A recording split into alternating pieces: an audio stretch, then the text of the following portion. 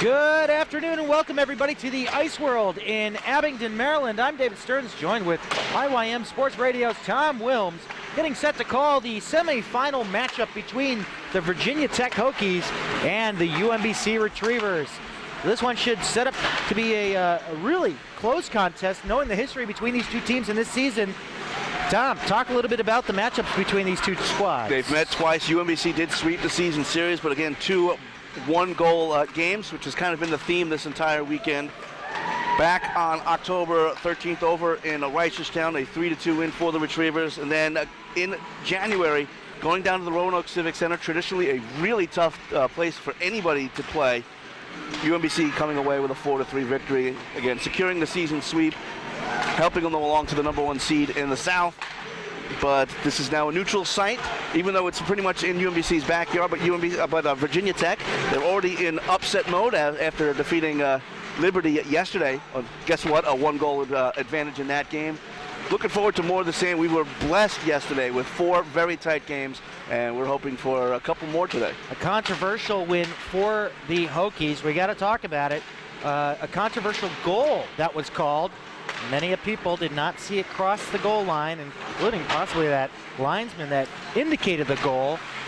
You know, Liberty was upset about that, and Virginia Tech celebrated, and it was assumed that it was in, and Devine made the save. And whether or not it crossed the goal line, we don't know. We don't know because of our angle. Again, we're not exactly in the in the cap center, up high, so we can not multiple cameras. We have the one great camera, but not 7 of them like they do in the NHL, so we can't exactly confirm that. It's tough. The officials trying to keep up with these high-quality players.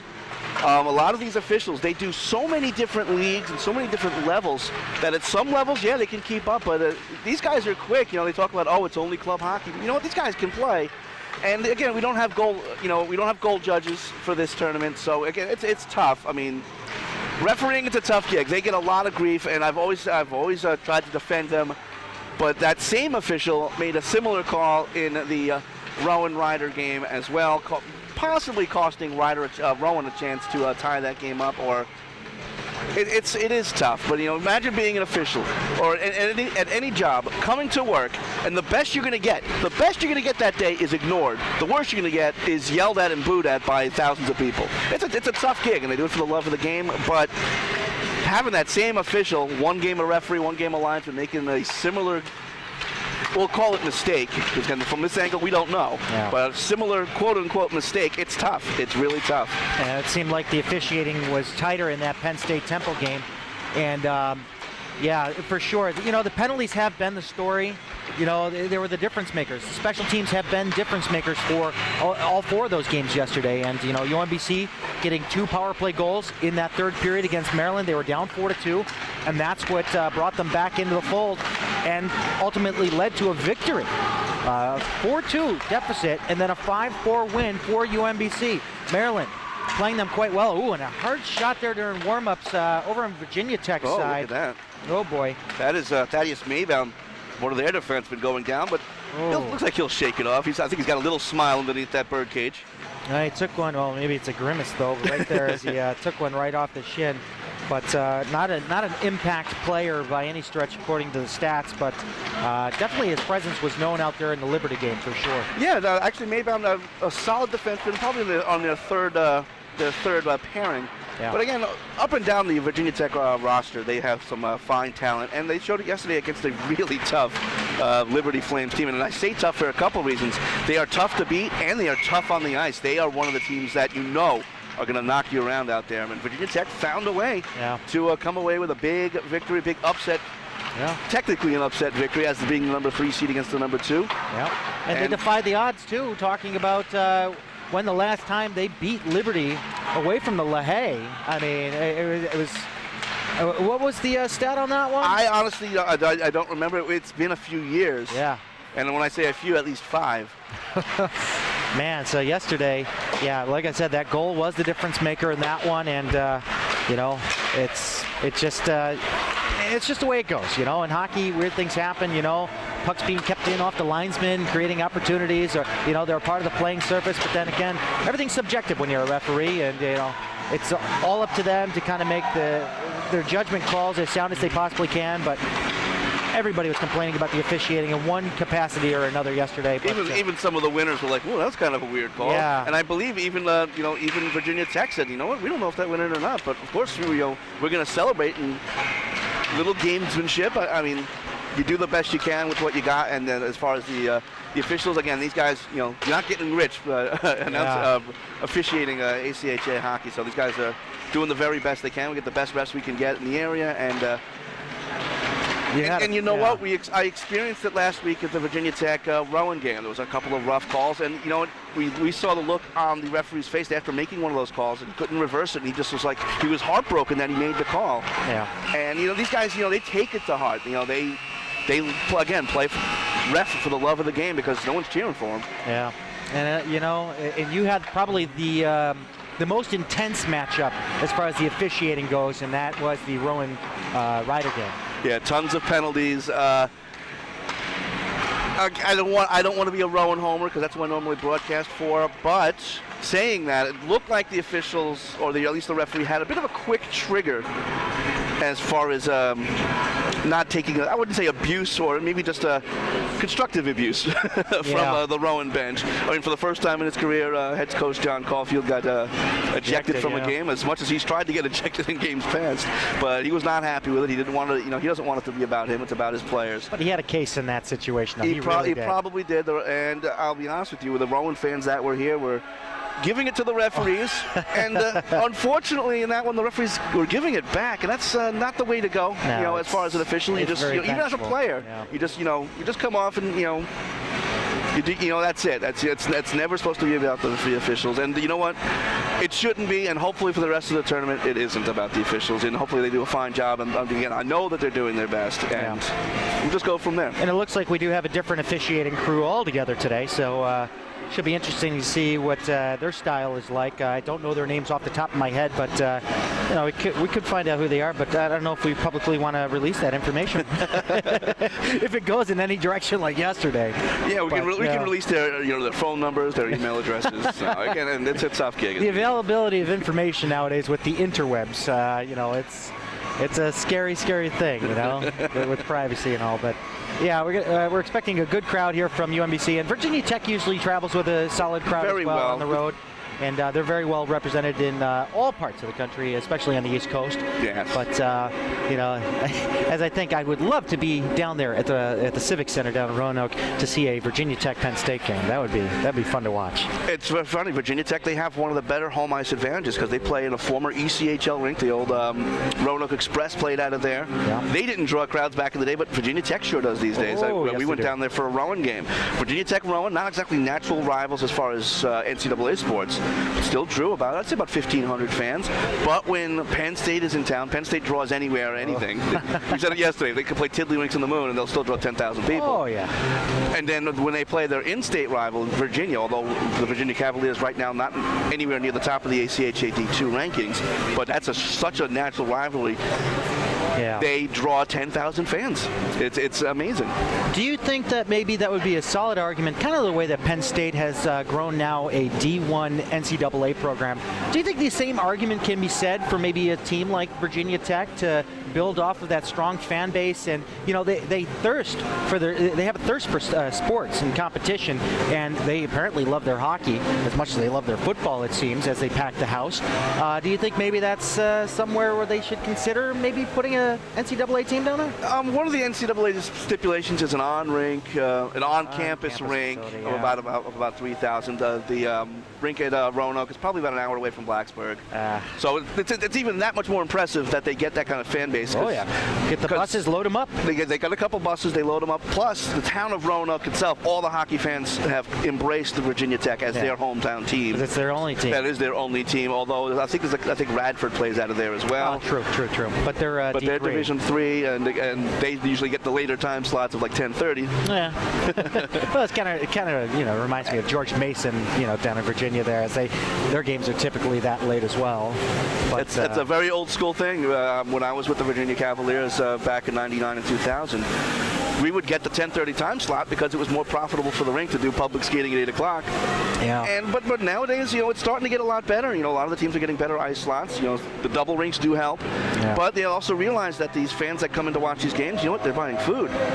They're buying drinks if they are lucky enough to have a liquor license. Profitability there, yep. So the ACHA has come so far since I started. I mean, again, we were, it was bare bones, back in 99, 2000, and even before that. Yep.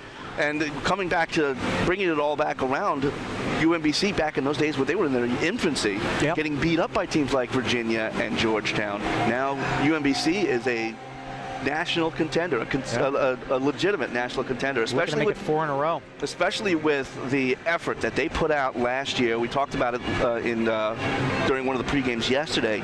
They ended up essentially with a 9-man roster. At Nationals last year, and they still competed and came within a couple of points of making it to the national semifinals. Again, I don't know who they would have had to put a stretcher in front of the goal, just to try to stop pucks because they were that short-handed. But that's the heart of UMBC. I'm not a UMBC guy. But I've seen them enough times. I was at Nationals last year, and they showed me so much. And that's a great way to build a program. And Virginia Tech as well, no slouches. They've always been kind of middle of the pack regional-wise, even before regionals, before it was just the top 4. And they're building their program, and you said earlier, with that fan base, fan base equals money, money equals, everything, and they can build on that. There's opportunity there, yeah. Whether they can be an NCAA team in the future, it's kind of tough. They'd be in the same situation as, say, Alabama Huntsville. Right. They'd have to travel. Their closest rivals 1,000 miles away. And in the NCAA, you can't just play home games. You got to go on the road once in a while. But yet Alabama does pack that house. They do. They do a fine job because, again, they're the only game in town. Since the Huntsville Havoc left a bunch of years ago. I think that was ECHL. Mm-hmm. And the Birmingham Bulls as well in Alabama. Right. So.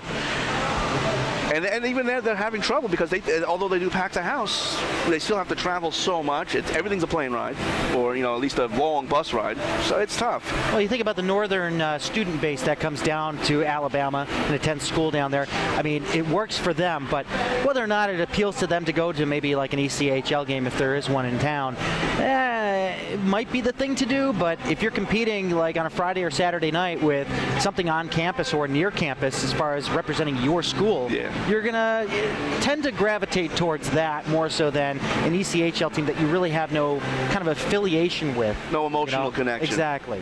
I could definitely see that. But I'll tell you right now, the one team in the Mid-Atlantic right now that I could see going NCAA D3, D1 is Liberty. They have the rink already for D3. It's not big enough for D1, but the on-campus rink at D3, their broadcasting is they do a very good job, probably the best in the Mid-Atlantic, just because of the sheer numbers of people they can draw from in that school. Yep.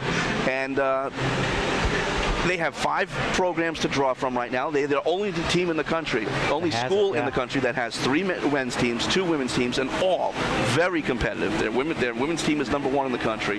These are tons of Canadians. Yeah, they're coming down here. They do a fantastic job of, we have a hard time pronouncing the names of their cities because we've never heard of them because they're in the remote reaches of Ontario and New Brunswick. Oh, yeah. Nova Scotia and all that. Three Hills, Alberta, and Millinocket. That's out in Maine, but still, that's up there. That might as well be Canada because they're speaking French up there and eating poutine. Rothesay, New Brunswick. I mean, I got their list up here. Kitchener and Ottawa, and I mean, it's great to see them come down. To Liberty, and it's really great. It helps that school. Get themselves on the map there with hockey, and it's a great place for the sport to grow, especially down there in Southern Virginia. And they got Norfolk right down the road there. They have a team in Norfolk, an ACHA team in Norfolk. It's probably about a 4 or 5 hour trip. Yeah. But then you have Richmond. Within striking distance. Yes. But then you have Richmond, who every couple of years they crop up with a hockey team, and they have a great arena. Again, when I lived down there, I was a Richmond Renegades fan of the ACHL. But talking about the diversity of the Mid-Atlantic League, you have Liberty, you have Virginia Tech, you have UMBC, and Penn State. They draw from pretty much all over the East Coast. Then you have those schools like Rowan and Ryder. Rowan has one player from outside of the state of New Jersey, and I'd say about 5 from outside of, I'd say, Trenton and below. Right. They're all New Jersey kids, and they're still competing against talent from all over the East Coast. And in Rowan's case, they hope to, again, though the Nationals, they hope to compete against teams from all over the country. They got to find that spark that they had in the beginning of the season and get back to square one there, where they began with 11-0 to start. They ran, again, we talked about it yesterday. They ran into the buzzsaw that is UMBC. Again, you can put, me and you in UMBC uniforms, and we still find a way to beat Rowan. It's just in their heads, and they've got to come away from, get away from that, because even if Rowan does win a day one against Liberty, I have a feeling that UMBC may be lurking next. Yeah. So it's tough. I mean, last year Rowan came within a whisker of beating UMBC and going to Nationals for the first time. And do not count out Ryder as well as far as Nationals. And even in this tournament, we'll have that game tonight. I think they're a sleeper. They are certainly a sleeper for one simple reason: goaltending. Goaltending can steal games, and Nate Kolodenko really helped steal that game yesterday against Rowan. I've seen it all the last couple of seasons, and at regionals he can get incredibly hot and take care of business. And you may find the Ryder Bronx hanging out in St. Louis in a few weeks. Well, next week, of course, Southeast Regionals, and you will be calling those games on IYM Sports I will be Radio? calling as many of those games as I can. There's one situation of some overlap, so I'm trying to find another broadcast crew. Dave Stearns, unfortunately, unavailable with his work with the Potomac Patriots. So we are trying to find another broadcast crew. If not, I will I'll keep my head on a swivel at both games and give all the information. And that's coming up next week. I believe game 1 is 1:30 next Saturday from the virtual Flyers skate zone in Pensacola, New Jersey. So we're going to do our very best to give you full coverage. We talked about hopefully video broadcasts next week, but I do not believe that's going to happen. I'm going to be incredibly honest. It's just the internet is not strong enough there.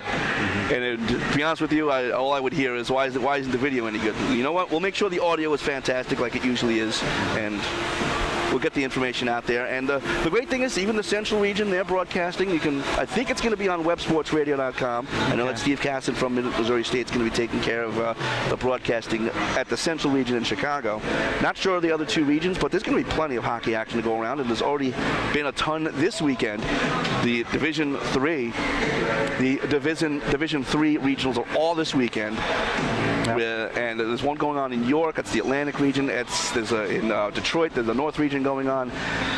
Tons of playoff action all weekend. It's been fantastic. My Twitter, I basically follow every team in the ACHA, and it's fantastic. Everyone's blowing up. Yeah, it's just blowing up with all the information and everyone's excited here in the ACHA. This is the best time of year. All right, follow Tom Willms on Twitter at IYM Sports Radio, and you can follow me and CrossIceFeed at CrossIceFeed on Twitter as well. You should certainly follow both of us. Especially Dave. Dave does a fantastic job with the UMBC Retrievers.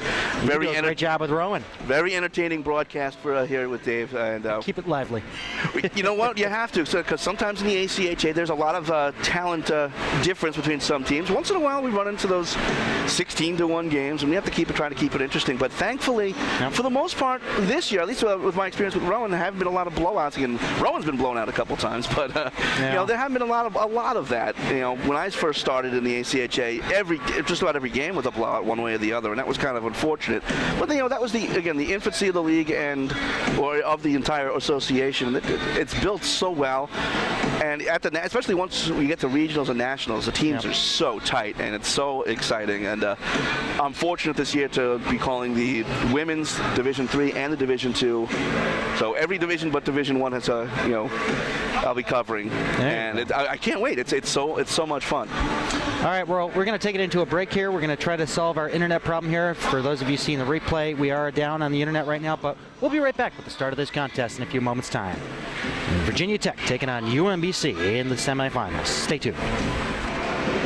Welcome back, everybody. We do apologize for the internet drop there. We will try to stay on top of this the best we can. I know we had an incident last night with Penn State and Temple where it cut out for a bit of time there, but we are just getting the teams out on the ice now. Here come the UMBC Retrievers. We've seen these guys here on the CrossIceFeed for quite a few games this season, and the first game we did in the season was against Virginia Tech, homecoming weekend. And of course that one was a score of 3-2.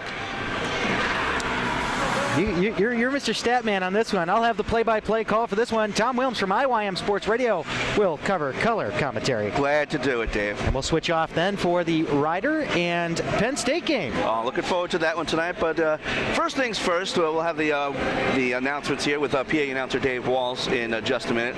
And tomorrow we are going to effort getting Dave Walls mic'd so we can hear, listen along to everything. So we're going to effort. We're going to effort that. We don't promise because heck, even the internet goes down. We can't promise anything. Oh, I know it. And down at Potomac, we have Jared Ronsky and a bunch of his equipment. We got him hooked up, and we have his direct calls pushed through the broadcast. So it's fantastic. Yeah, he's one of the better PA announcers out there. So he does a good job with Potomac. Dave Walls, the PA announcer here, is the radio voice of the Philadelphia Wings Lacrosse Club, and he's also PA announced and broadcasted for ACHA Division II Nationals the past bunch of years. I think he couldn't make the trip last year to Florida, unfortunately for him. Max Grande on the back end starting for Virginia Tech. Peter Veltri, former Potomac Patriots, back on defense. At center number 8, James Lazarati. Back there, Zach Walls, captain, and James Lazarati, and McDonald, Douglas McDonald. And Detweiler will get the start. We'll get the starting goaltenders after the anthem with their stats.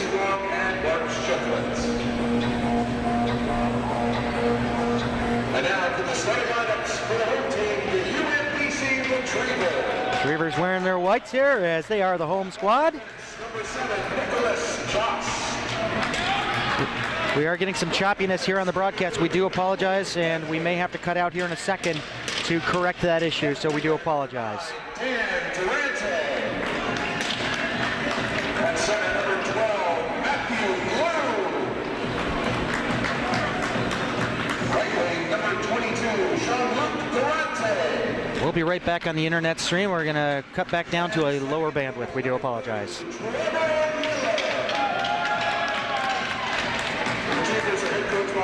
And I got to say, Dave, one of the best names in the ACHA, Jean-Luc Durante. Please rise and remove your hats for the playing of the national anthem. Well, let's play some hockey. Once again, we thank our servicemen and women around the world for protecting us and our freedoms. We thank you. Today's starting goaltenders, who do we got? Starting in goal. In goal for the Virginia Tech Hokies, a junior from Raleigh, North Carolina, number 30, Walker Detweiler. 8-10-1 during the regular season, 3.42 goals against average. In goal for the UMBC Retrievers is a sophomore from Macomb, Michigan, number 30, Trevor Miller. He's 6-4. And a 2.38 goals against average. And I got to tell you, I'm kind of surprised that Miller is in. But he split time most of the year with John Drago. Is that correct, Dave? Drago is nursing an injury. Oh, okay. Yes. And Drago is usually, he was one of the reasons we talked during the pregame about that run that UMBC had last year. So he's not even on the bench as Brett Kibler is the backup. Yep. So should be interesting. To see. We are back live? Yes, we are back live. We do apologize, and we're going to stay on top of this internet issue. Oh boy. Face off, one back by the Hokies. Hokies lofting it high into the air, glove down there by Yost. Yost playing it off on a glove pass over to Bloom, so we'll get a stoppage of play. Already 7 ticks in here. Semifinal action between UMBC and Virginia Tech. Very exciting 7 seconds. Okay, not really, but we're trying to get everybody involved in the game out there. Hope everyone enjoys it. Sure. One back over to the corner. Yost trying to fight away from McDonald. Is sent around over to the near corner. Judging it down now is Jean-Luc. Jean-Luc still out there in the pairing with his brother Daniel, so we'll go like the Sedin twins here. So we'll just identify them as Daniel and Jean-Luc, kept in at the blue line by Veltri. Veltri putting it off over to the far corner inside the retriever zone. Back behind the goal line, Devlin will pick it up behind Miller. Lofting this one out to the far circle and picked up by Daniel. Daniel coming across the red line. He's going to lead the charge here along the near side with the drop pass over to Bloom. Bloom looking for a lane. Up top over to Devlin. Devlin taking a shot to traffic. Detweiler saved the rebound. Kicked away. Over to the far side for McDonald, who leads his team out in the neutral zone. Fed ahead there trying to hook up with Max Grande, but it's going to be Miller trying to steer that one out. It's slowed up there by the Hokies. Hashmi, but Hashmi's going to get another try at it. He can't get it off the referee. Past the referee. Now he plays it back over down low, and trying to find that one was Vu in the slot, but going to be chased down there by Nicholas Yost. Nicholas Yost usually logging about 30 minutes of ice time. He is a very reliable and relied upon defenseman for this UMBC squad. Played up along the near side. Beethoven Wilson setting up a pass ahead there for Hashmi, who clears it all the way around the horn. Picked up by Devlin over to the half-board's far side. And Daniel's going to put it through center, and it's going to be stopped up and taken back into his own zone by Beethoven Wilson with a pass ahead there for Clark. Mitch Clark trying to get through two dogs, and it's dropped there for Cody Selbert, who pinches up into the play. Selbert across the blue line, dropping it over to Tracy with a shot. Detweiler to save the rebound. Oh, what a great opportunity there. Another shot. Oh, baby, Detweiler making a bunch of saves there on 3 opportunities for the Dogs. But it's under, I believe, a defenseman there on the crease. It's not under Detweiler. That's a dog pile in front there. There were a good 3 Hokies diving on top of it, and you can probably see on the camera the 2 defensemen that were in the crease just pushing it under the goaltender to avoid that penalty shot. Oh, yeah. What a scramble up front. Face-off won by the Dogs, but it goes past Rafferty. He's going to have to chase that out to the red line. Back towards his own blue line, playing D to D over to Selbert. Selbert having it blocked off there by Kevin Peak. Retrievers trying to retrieve it in the neutral zone, but it'll be poked ahead by Rafferty over to Tracy. Tracy trying to steer that one from his feet to his stick. And he plays it ahead there for O'Connor, who's kind of doing some Tiger Woods action there, bopping the puck off the blade. And here comes a shot from Selbert, who just misses the mark past the blocker side of Detweiler. Over to the far blue line, kept in there by Rafferty. And then settled down and sent out through center, and it's picked up by Selbert, who will pop it right back in. The Dogs tagging up. Goes all the way past Detweiler over to the far side. O'Connor trying to shoot that one in, but instead it gets swept out into the neutral zone as he goes on to his keister. Back over to the blue line of the Retrievers, and it'll be Fritz that'll play it ahead there. Couldn't hook up there with Selbert. Coming across the line now is Veltri, I beg your pardon. And it's deflected up high into the air and into the slot. Dangerous opportunity there for the Hokies to take advantage, but it squeaks its way out into the neutral zone. 17:20 left here in the first. No score. This is David Stearns with Tom Willms. CrossIceFeed and IYM Sports Radio combining powers here. It's a semifinal matchup. Here comes a toss to the front. Goes well wide of Miller. Goes over to the far blue line. Kept in there by Bergman. Going to get down low back behind the net. Hokies taking a shot and a save there by Miller. Though it was going wide, he snags it down with the glove. Pretty impressive glove save there again, as it was going wide, but chopping on goal, Jake Hubert. You don't take a chance as the goaltender. If you can reach it, you're going to grab it and stop play. And good response by Virginia Tech after UMBC carrying much of the play. Face-off won by the Hokies, but instead it'll be Nick Yost pinching up high to the play. 3-on-2 developing. Yost leading the way across the Hokie line. Yost trying to get around 2, but he gets taken out of the play, and the puck goes back for Bergman along the far half boards, picked up there by Hubert. Hubert sending it pass through center. And will be shot in by Horn, and he'll go off on a change as it goes off into the far corner. And Fritz leaving it there for Devlin. Devlin along the half boards with a home run pass for a breaking Hannock. Misses everybody. This one is not going to make it for icing, as it's going to be caught up there by Max Grandy just in time before it goes past the goal line. Pass almost intercepted there by Yost. He didn't have his stick completely on the ice. And it'll be Bloom going toe-to-toe there with Walls, but Walls will outwork him, and he'll go for the puck over to the far corner. And the point set up there for Grandy. Grandy taking a bit of time there as Daniel will poke it out through center, trying to find Jean-Luc. And then Grandy's going to have another crack at it, but he sends it over to Devlin back in his own slot. He sends it up through center. And then the captain, Zach Walls from Freeland, Maryland. And ahead there through neutral now for McDonald. McDonald trying to get around Devlin. Devlin's going to find the puck. We'll set it up there for Daniel. Either this is a long shift or they're making some frequent changes here for the Retrievers. The number 1 line is out. Great flow to this game so far. Back and forth, no stoppages ever since. Well, a couple. Slowed up there by Miller on that glove save earlier, but ever since then it's been back and forth. Looks like Virginia Tech has a little bit of the edge here, but the Retrievers are looking for an opportunity to break out here as it goes over to the near side of Devlin. He uses the dasher all the way around the horn. And it'll go over to the far half boards, where it'll be picked up by Maybaum. Maybaum taking a shot off the ankle in warm-ups. He seems to be okay. Bergman sending it up through center and trying to hook up there with Vu. Now, a hard check there. Jean-Luc going toe-to-toe with Maybaum. Trying to drag it through Tracy. Tracy losing control of it, but it's poked ahead there by DJ Fadler. Fadler trying to chase it down. Somebody's stick went sky high. It goes off into the far corner. Trying to battle for it there are the Retrievers with O'Connor. OC setting up for Fadler, who turns around, takes a shot, and he just misses Detweiler. Goes over the near half board. Selbert sending it down low. Back behind the cage for O'Connor. O'Connor along the near half boards.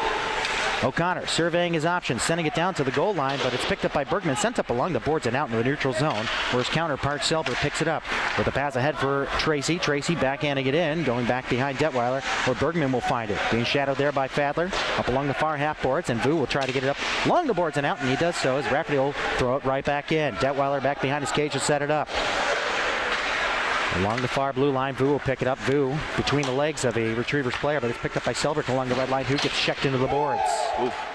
O'Connor The far circle, over to Tracy. Tracy, side angle shot, and Detweiler drops that one off the chest and into the glove. And we got some pushing and shoving.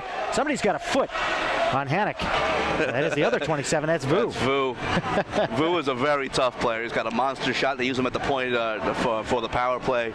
He's got a lot of toughness out there as well. And he found someone who's just a little bit smaller than him and went face to face. Pick on someone your own size. And you want some water? Yeah, there's a lot of flow in this game, so Dave's got a lot of talking to do. I'm good. I'm good. I had my coffee and my Red Bull, and boy, I'm energized. 3-on-2 coming back the other way. Virginia Tech with a shot. Deflected away by the stick of Miller. Up top, Veltri winds up, takes a shot, almost deflected through by Kubrick. Down in the far corner now for Daly. Daly sending it over to the near corner. Nobody there for the Hokies as it's sent up along the boards and out. Tipped ahead there by Hannock. Looks like Hannock's going off on a change. Virginia Tech trying to take advantage of some of these changes as they come back the other way. But it'll be picked up by the Retrievers. I'm blanking on who number 5 is, as I'm going to have to get out a sheet for the Retrievers here in a moment. It's Andrew Naring. Naring. Oh, he's back in the lineup. Okay. Exactly. He's missed some time with a concussion, so okay. Yeah, I knew I recognized him at the very least. He was up in the booth with me yesterday in the Maryland game, surveying things but not commentating. Although I think I heard some comments. Daniel along the far side, up for Armstrong. And Bloom carrying it across the Hokie line, dropping it there for Daniel. Daniel hooking up with Bloom on a backhand shot that's deflected wide by Beethoven Wilson. And it's Veltri trying to move it out into the neutral zone, but it's carried back down low. Jean-Luc, Beethoven Wilson will give it another try, trying to get it up for Horn. Horn sending across ice there for Kubrak. Kubrak having trouble handling it, and Daniel will toss it right back in for Detweiler. Oh, and it goes along the side of the net, and crashing into the net is Jean-Luc. Face-off will come outside. Detweiler misplaying that one to the front. Oh, baby.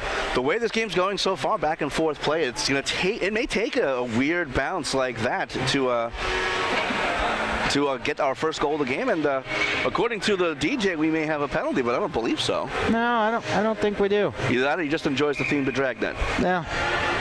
And who doesn't? Yeah, who doesn't? Sent around over into the near corner of the Virginia Tech zone. Thomas Naring going in chasing. The Moose gets checked off the puck as it goes high into the air and not out of play. Kept in there as it squeaks its way out to the front end. Detweiler not taking any chances. Will come out to stop it up with 12:50 left here in the first. No score. I'll tell you one thing. That home rink of Virginia Tech, the boards are very lively. A lot of weird bounces that Virginia Tech knows all about. But in the neutral site situation, you have no idea where the puck is going to go. Yeah, it's kind of like Detroit, where behind the net, where it always makes a crazy bounce out to the front every time you shoot it in. 2-on-1 back the other way with a shot. Miller makes the save on Horn. Going around over to the far half boards. Travis Joyle is going to find it with a backhand pass through center for Thomas Naring. Thomas taking a shot as we have an Andrew Naring on the active roster today. Goes back behind the cage, trying to move it to the front for Thomas Naring, but it's actually picked up by Bergman, who's going to come back the other way. Bergman through center, dumping it right in on Miller, who sticks that one aside. Nick Yost getting back checked there by Hubert, and so Miller identifies that and holds on to the puck. Yeah, 2 sets of brothers here for UMBC. Nothing like the Ryder situation we had last night with... the Narings aren't related, I found out. They are not related. They are not Much related. like the Beckers from a couple of years ago. Oh, they weren't related either. They weren't related as well. But Ryder, they have the... they have name favorites. They have the Ryder. They have 3 players with the same last name. That makes it nice and interesting. Any of them related? They are all related. Oh, wow. All right. Cousins, brothers? I think they're all brothers, to be honest with you, out of Holland, Pennsylvania. All right. Retrievers trying to move that one to the front. Virginia Tech cutting off the opportunity as it goes along the near side for McDonald. McDonald getting checked, and the puck is sent out through neutral by Maybaum, and it's played ahead now for Lazzarotti. Lazzarotti looking towards the front. He had Walls breaking towards the net, but the pass was cut off by the Retrievers. Now trying to gun it ahead here is Tracy. Tracy across the Hokie line, dropping the pass off there. Here comes a shot in the pass, saved by Detweiler on Sean O'Connor. And coming back the other way, McDonald. Back and forth action here at McDonald. Losing control of the puck, and Selbit will send it ahead for O'Connor, who sends it back for Rafferty. Rafferty through center, looking for Bloom, but it goes out of his reach, and it's picked up by Veltri. Veltri to the front of the Retrievers bench, off the boards, and it'll be picked up by Rafferty, who will pinch his way up into the play. Very Yost-esque here as he comes in, takes a shot. Detweiler saved the rebound. Oh, and trying to steer it around. Great diving effort there by Beethoven Wilson to cut off the second attempt. And Clark with it now, moving it through center, trying to find Vu, but 2 Retrievers pinching up into play. Here comes an opportunity with Clark. Clark coming in on goal, takes a shot, he scores! Mitch Clark getting the 1-0 lead with 10:59 left here in the first. The Hokies striking first and drawing first blood, they do. And a bad pinch there by both defenders in the neutral zone. Fantastic goal, though, by Clark. His second of the playoffs, his 13th of the season, the senior from Rochester. He stretched out the goaltender Miller as much as he could, and he did. Miller tried to do everything he could to reach out his toe to get a piece of that puck, but a great job by the Hokies and Mitch Clark to give themselves the 1-0 lead. He had inches between skate and post to tuck that one in. And Yost will get the assist. Chris Vu will get that assist. And now Bloom trying to truck his way into Virginia territory. He gets hit up along the stanchion. I think he might be a little shaken up from that. Daniel trying to backhand pass it over to Bloom in the circle. But it's popped free there by Nicholas. Well, Nicholas Yost. Pretending everybody has the same last name all of a sudden. And Virginia Tech looking to break out now with Hashmi. Hashmi along the near side. Finding Peak. Peak dumps it off in the far corner of the retriever zone. Jean-Luc will find it. Trying to slap it around the boards. He'll get it on his second try as it comes all the way out into the neutral zone. Picked up by Max Grande along the near side, and now coming across the line is Daly. Daly coming in on Miller, takes a shot. Oh, the rebound. Oh, that one was floating midair and snagged down by Miller. Daly, one of the top goal scorers of this club. He's the second leading goal scorer behind Zach Waltz, who has 18 now, thanks to his 3 yesterday against Liberty. Fantastic save, though, by Miller, squaring him up nicely. Up top to the point to Grande, taking a shot through traffic. Oh, ding, fries are done. That one hits the post. Through center, Alec Hannock trying to play it through the legs of a Virginia Tech player in the neutral zone, but now it's turned over to Brandon Fritz. The ever so gritty and grinding Brandon Fritz taking a shot, and Detweiler making the save off the blocker along the near side boards. Great work there by Hannock to keep it active. Fritz trying to drag it through, but getting in the way of that one was Maybaugh.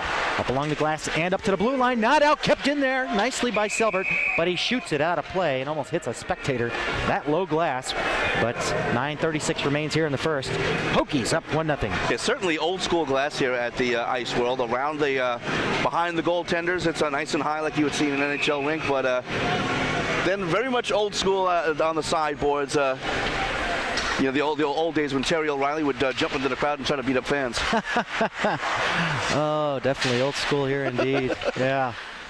I haven't seen any old school hockey just yet in this playoff weekend. It's the Mid-Atlantic Collegiate Hockey Playoffs. We are in the semifinal for the MACH South, as it'll be Selbert winning out the race for this icing charged against Virginia Tech. About halfway through this first period, it seems to be a tale of two 5-minute sections. It was UMBC for the most part the first 5 minutes, and then Virginia Tech, they were counter-punching nicely the whole way, and they've kind of carried play. But you know what? UMBC now a deep face-off. Maybe they can turn it around. Winning that face-off UMBC, but it's poked away and poked ahead by Hubert. Hubert with a pass ahead now for Horn.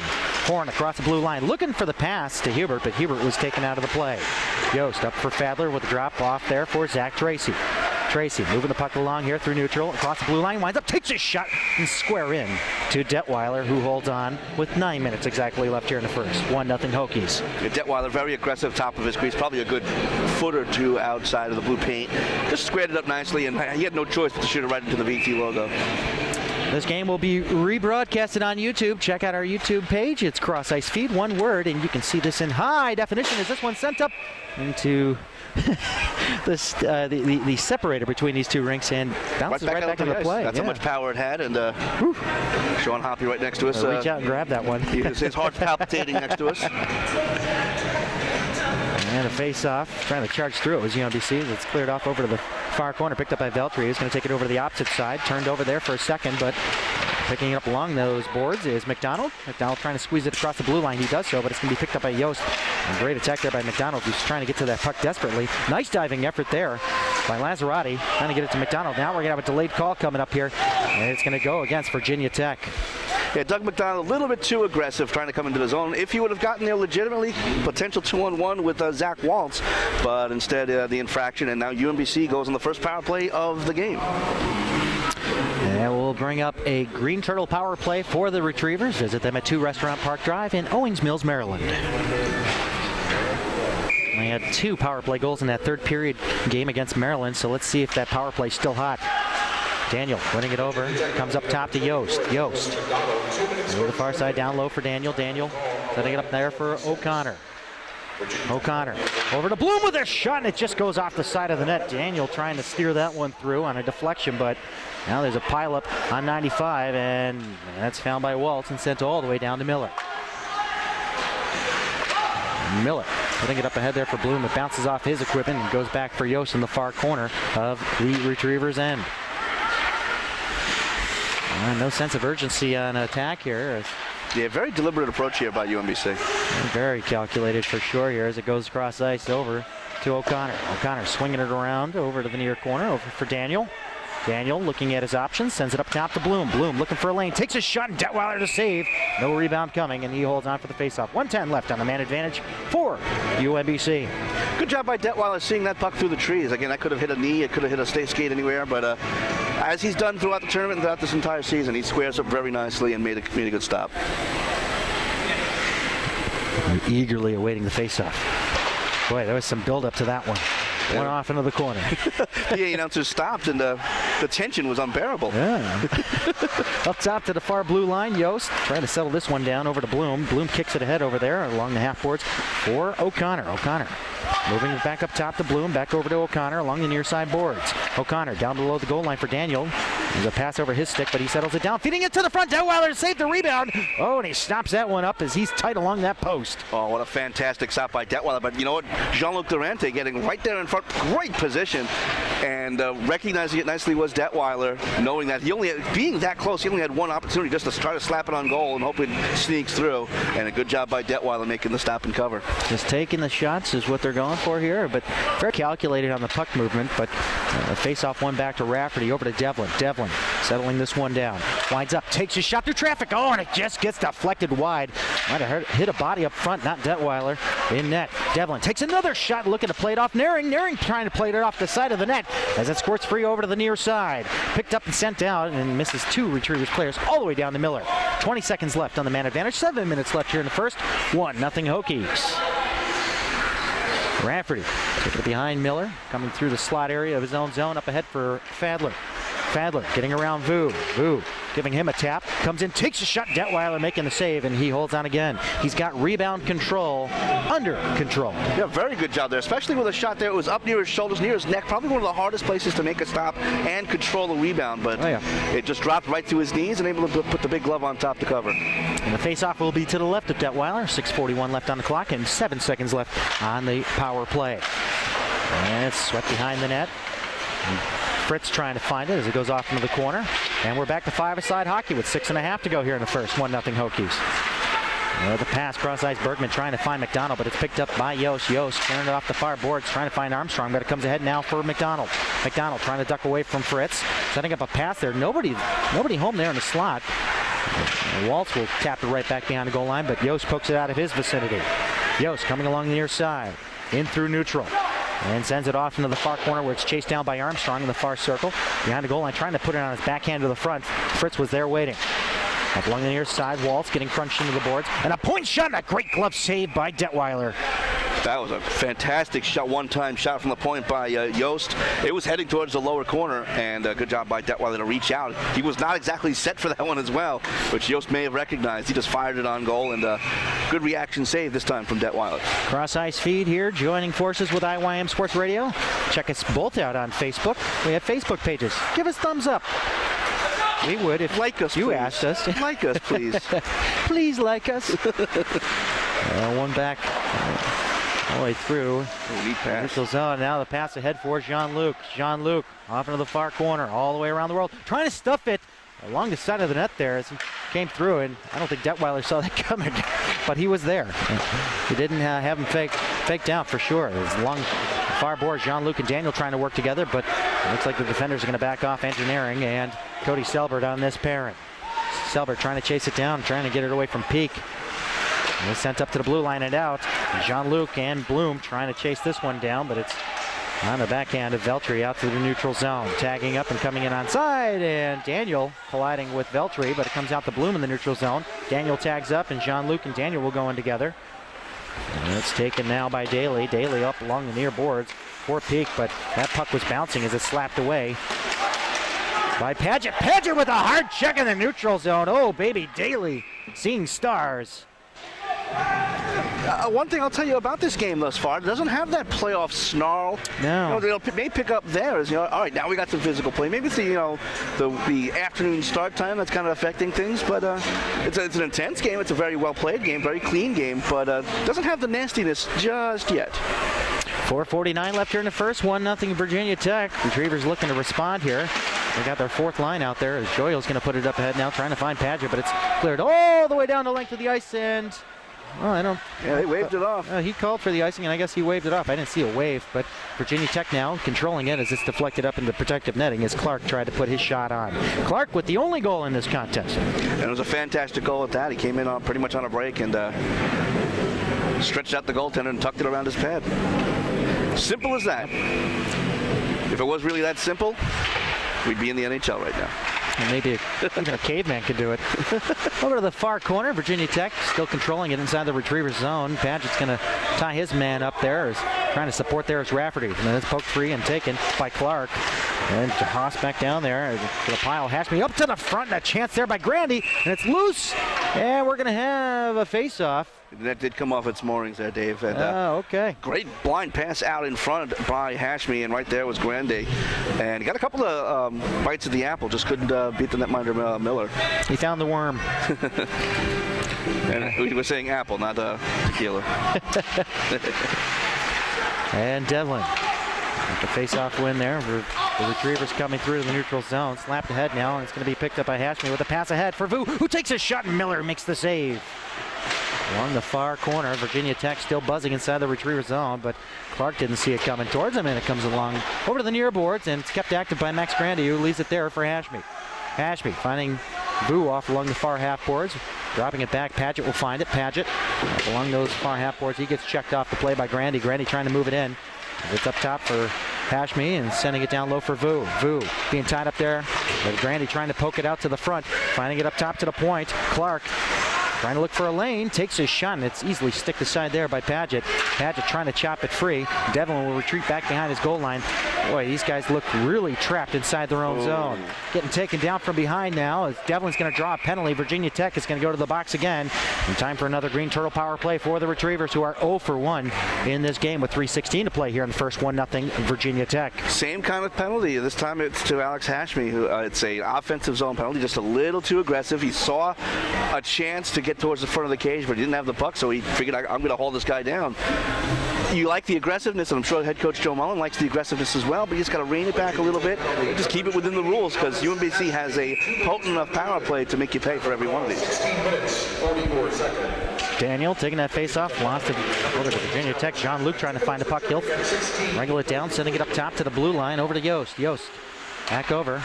Here comes a shot from O'Connor. Loose up front. Oh, and there's a backdoor chance for Daniel, who couldn't bury it home. And O'Connor along the half boards. Back down low. Daniel looking for an opportunity to pass it up top to Bloom, but he gets tied up. And here it comes over to Yost along the far point. He'll have to chase it off in front of the Virginia Tech bench, using the glass to trying to clear it down low into the corner, but Virginia Tech slowing it up there. As now Jean-Luc will find it down low to Daniel. Daniel behind the goal line. Up top to Yost. Yost stretches out and he can't keep it in. He'll chase it out into the neutral zone. Over to the near side for Bloom. Bloom looking for an opening. He finds one. Gets past Weidler. Still with it. With a pass there, and it just goes through an alley and finds its way over to the neutral zone, missing everybody as Daniel has to chase it down. He's got one pressuring from Weidler. Through neutral now for Bloom. Bloom has it chopped away from him, from Clark. And Virginia Tech will clear it up and down to the UMBC blue line. Yost putting it up along the boards for Daniel. 50 seconds left on the man advantage with a pass ahead now for Bloom. Bloom having it chopped away from him. And it's O'Connor trying to support and Jean-Luc trying to keep it in there. But now here comes a shorthanded try with Clark. Mitch Clark along the near side blue line and in. Trying to get around Yost. Yost just pretty much stood in the way and cut off that opportunity. You're not going to toe drag your way about Yost. It's just not happening. Here comes a 2-on-1. It's Veltri. Veltri leaving it there for Clark, but he has his pocket picked by Yost. He puts it ahead there for O'Connor, but it's tapped right back in by Virginia Tech. They are getting stymied here on the man advantage. UMBC unable to put together 2 or 3 passes to even get into the zone right now. the tape-to-tape basics that they're missing here, but now it does go ahead there for O'Connor. O'Connor trying to put it in deep, but it's cleared out to the neutral zone. Caught up at the red line by Devlin. UMBC tagging up Devlin. Leading it off into the near corner. We are going to return to five-side hockey. Devlin back behind the goal line. Devlin looking up front with a wraparound try as it goes wide. We are five-side hockey with 1:12 left here in the first. 1-0 Virginia Tech. Rafferty trying to get a hold of it there in the corner. It was bouncing and it's kept in there by the Hokies, but he's going to get another try at it as he's trying to get away from Lazarati. Devlin up along the far half boards, turned over. Daly taking a shot and it just goes wide. Over to the near side, Hannock looking it through center there. Jean-Luc deflects it down. This one will not make it for icing. Detweiler out to set it up for Bergman. Bergman along the near side, over to the far side with a pass ahead. Now comes through center. It'll be picked up by Brandon Fritz. Fritz couldn't get a pass at the Hokie. There's Maybaum up at the red line. Here comes an opportunity for Hannock. Hannock coming in, taking a shot. Detweiler makes the save with the glove. And no rebound coming yet again as he'll snare that one down with 33.3 left here in the first. Good job by Hannock. He tried to go against the grain against Detweiler, but Detweiler kind of reached out the glove and was ready for it. Real interesting opportunity there. We saw last night in the Rowan Ryder game, the Ryder goaltender getting beat on a similar situation, but good job by Detweiler reaching out and being prepared for it. Vogelai being told he can't make any changes here, but it looks like they're going to have to send back out Fritz and Hannock. Yeah, UMBC the home team, but I guess Coach Vogelai, they get the Vogelai, last change. He probably just waited a little too long for the referee's liking. Yeah, whistle had already gone, but here comes a face-off up top to Devlin. Devlin over the near side boards for Hannock. Hannock trying to get it through traffic there. He had two Hokies in the way. A little miscommunication by Virginia Tech, but they do manage to get it out into the neutral zone. Armstrong getting it over to Fritz. Back over to Armstrong. Backhanded in. Not deep enough there. It's 15 seconds to play. UMBC tagging up here is Rafferty holding onto it. Pushes it ahead there. Armstrong has it in his feet, but the Hokies trying to slap it out. Clark could not get it out. Fritz looking towards the front, trying to find Armstrong, but it was behind him as it's cleared out in the neutral zone, and that'll do it for the first period of play. 1-0 Virginia Tech on top of UMBC after 20 minutes. A well-played game thus far from both teams. Virginia Tech just got that one bounce. UMBC having trouble on the power play. We saw it at that last man advantage. They had trouble stringing together passes. They try, and when that happens, they end up getting desperate and trying those home run passes, and that certainly does not work against a very good penalty kill of the Virginia Tech Hokies. But now they've got some time to talk about it and make some adjustments, and both teams will do that, and we'll see how it goes the rest of the way. But a good start to this one, and once again, we've got another pretty tight contest. Coach Vogelai was having a discussion with the referee about that change that he wanted, but I guess he got the explanation, and he's okay with it. He's not shouting or anything. He's having a conversation now with Dan Armstrong. I mean, that line was mismatched out there at the end there, but they held their own, and they are just down by one going into the dressing room. Yeah, once in a while you just get that. Your top line against their fourth line and vice versa. You just got to kind of weather that kind of storm. And UMBC did that, and Virginia Tech did as well. As UMBC carried a lot of the play. I guess I wish we did have the shots on goal tally, but I'm sure they'd be pretty even. But in the first 5 or 6 minutes or so, it was all UMBC. And the goaltending of Walker Detweiler may be the difference in this game right now. But again, we're still relatively early, just the first intermission. 40 minutes more to go, and we're seeing Ryder walk in here. A reminder to you all at 5:30, Ryder will be taking on the Penn State Ice Lions, so tune in for that here on CrossIceFeed.com. All right, well, I'm smelling some hot chocolate, and we need a little bit of a break to recover, so stay tuned. As the second period will get underway in about 15 minutes' time. This is Retrievers Hockey, and I guess we'll go with Virginia Tech Hockey here on CrossIceFeed.com. Virginia Tech, 1-0 after one. All right, we're back here as we're going to get the opening face-off for the second period. We do apologize for the abruptness of this. Here we are. We're at center again. And it was a goal from Mitch Clark, getting his 11th of the season. Barring any that he scored yesterday. I don't have the updated stats. That's actually his 12th. He scored yesterday. All right. So it was the second of the tournament. All right, UMBC deep inside of Virginia Tech territory as it comes up top over to Yost. Yost taking a shot. Detweiler to save. The rebound is loose, and he kicks off the net in the process. Boy, oh boy. Well, we've seen that a couple times on that side, as Miller did the same thing last period. Not on purpose, but that's part of goaltending. You kick away from the goal, not necessarily the net itself, but you kick away from the goal to dive down. And in this case, he got a piece of the post, and Miller did that a couple times too. Nothing nefarious, just part of the game. Well, today was Try Hockey for Free Day, and this ice was used for that. And I saw a kid gouging up the ice. He was kicking into the ice. I do have some concerns about the ice quality today. And it's Bloom trying to work around his man, trying to get around Veltri. He gets it back over into the far corner, trying to squeeze it out to the front, trying to find Jean-Luc. McDonald will get there first, and he'll tap it out in the neutral zone. Up by the blue line, Daniel using the glass to get it in, but not deep enough as Veltri's trying to set up a home run pass. He had Clark waiting. Clark looking for his 13th this year. Clark with it now, dropping it back behind the goal line. Yost will get there first. He'll drag it through, and he'll try to send it up along the far half boards, but it's kept in there by Clark. And now it goes over to Daniel, over to Bloom. Bloom coming in across line, winds up, takes his shot, almost takes off the head of Detweiler. And Devlin will keep it in along the far blue line. He was looking for a change. And now Clark will take it back the other way. Getting it over to Vuin. Nice check there. Oh, open Ghanem style. He takes him down. That's Yost. And now Devlin will sweep it out into the neutral zone. There's Beethoven Wilson trying to put it back in. The Hokies tag up. Over to Vu with a shot, and Miller making a save. Vu trying it again. Trying to stuff it up front for Clark, and that net is actually off by a couple of inches.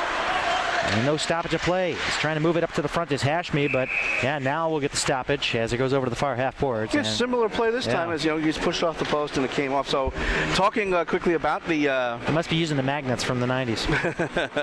Talking about the pregame here with all the kids on the ice. Yesterday was wear your jersey day, wear your jersey to work. So we saw some interesting jerseys. I sported my Kansas City Scouts jersey, circa 1974. And unbeknownst to you, I was wearing a 1923 Ottawa Senators jersey. But those are all those stripes? Actually, 1917, I'm sorry. We get a stoppage play here on the offside. And today we've seen a couple of, talking about Baltimore's hockey heritage, a couple of Baltimore Bandits. Two of them, yeah, two of them here. Again, I would have been more impressed with the Baltimore Skipjacks, as they lasted for about 20 minutes here in this town. Yeah, that's right. But Baltimore does have some pro hockey history. And if I remember correctly, the Skipjacks became the Hershey Bears? Skipjacks became the Portland Pirates. Ah. They were originally the Long Island Cougars. They went from Long Island to Erie to Baltimore to Portland. Wow, you know the history better than I do. I'm from Long Island, so I know that history fairly well. My dad was a Cougars season ticket holder back in 1970, whatever. Okay. Selbert trying to chase it down, and it almost worked its way to the front, but now it comes along the near boards, kept in there with a point shot that's actually steered down. It's off the stick of Maybaum, but Maybaum tying up his man in the neutral zone. Pass ahead now for Fadler. Fadler setting up a pass for O'Connor. Back over to Fadler. Fadler did not have an open chance at the net. Comes up to the blue line, kept in on Rafferty on the backhand, down low for Fadler. Fadler over into the slot for Tracy, but he got checked just in time. Now Fadler over to O'Connor. Retrievers are buzzing. Up top, Rafferty winds up, takes his shot, but it's slowed up there by Kubrak and sent out to the center ice area where it'll be coming back. The Hokies with a backhand chance there. Right in on Miller. And I think Rafferty was complaining that his stick was stripped of him, and no call was made. Up top to the blue line, kept in there by Bergman. Bergman's shot goes wide, deflected off of Rafferty and goes over to the far half boards, almost missing the net, or just barely missing the net, that is. Yeah, a couple of great opportunities both sides here as Hannock's going to chase this one down into the Hokies territory. Off in the far corner, he's trying to get around Bergman. Bergman ties him up and leaves the pass there for Beethoven Wilson, who sends it ahead there now for Hubert. Hubert out of his reach. Yost will poke it, but Hubert's going to get another try at it as he dumps it in. Back over to Yost.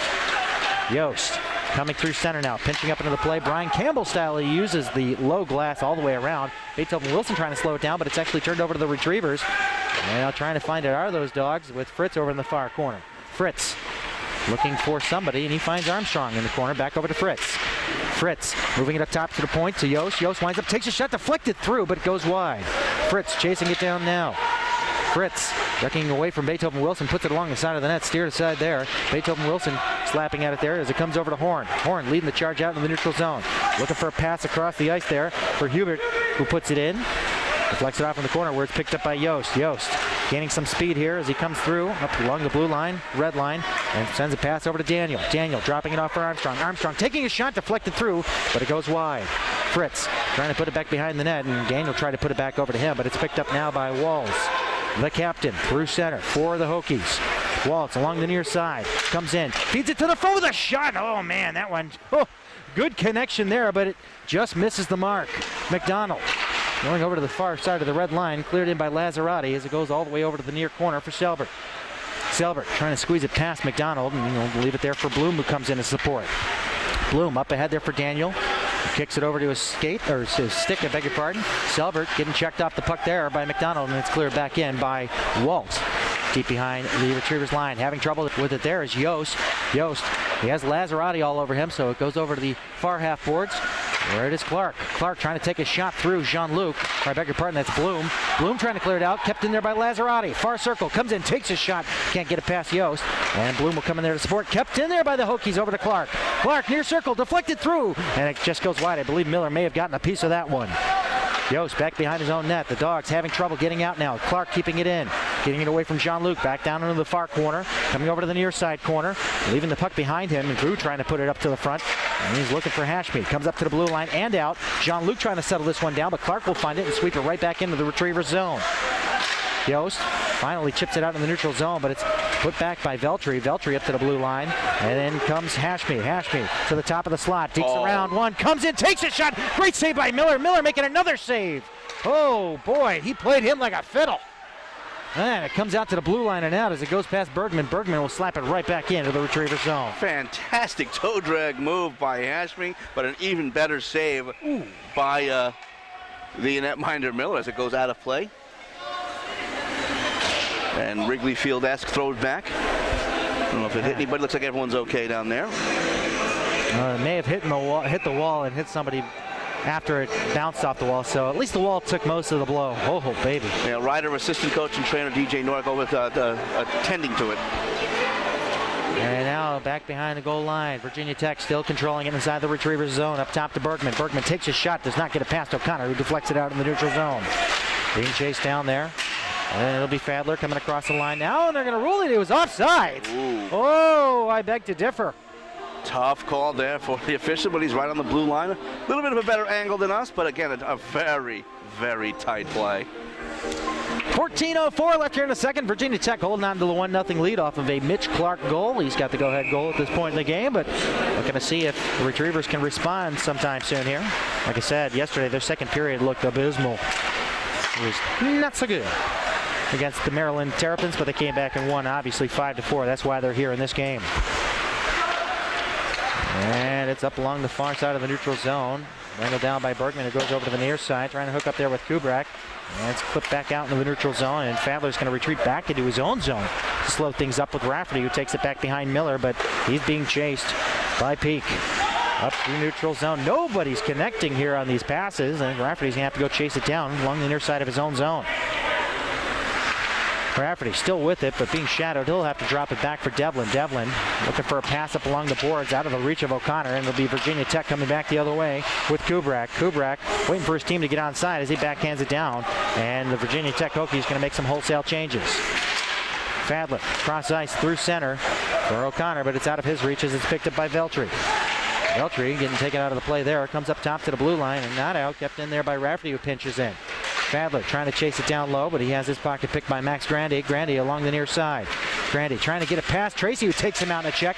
And kept in there for the moment, but Virginia Tech finds a way to get it out in the neutral zone. Rafferty is going to enter the zone now across the blue line, and he tries to drag it through a couple of Hokies. He'll have to chase it back behind the net.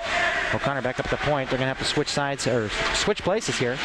Now Tracy's going to come back to recover as Rafferty's still working it down low. Over to O'Connor. O'Connor trying to drag it around his man, and it's Hubert.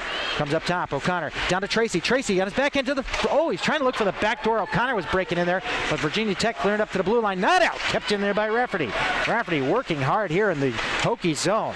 Calling for it is Yost. Ever so quietly, Hubert's watching him. Tracy comes in, takes a shot deflected off the ankle of the Hokie up front, and goes wide. Kept in at the blue line by Yost, and he bats it down with his glove, and Virginia Tech will place a no-hand pass.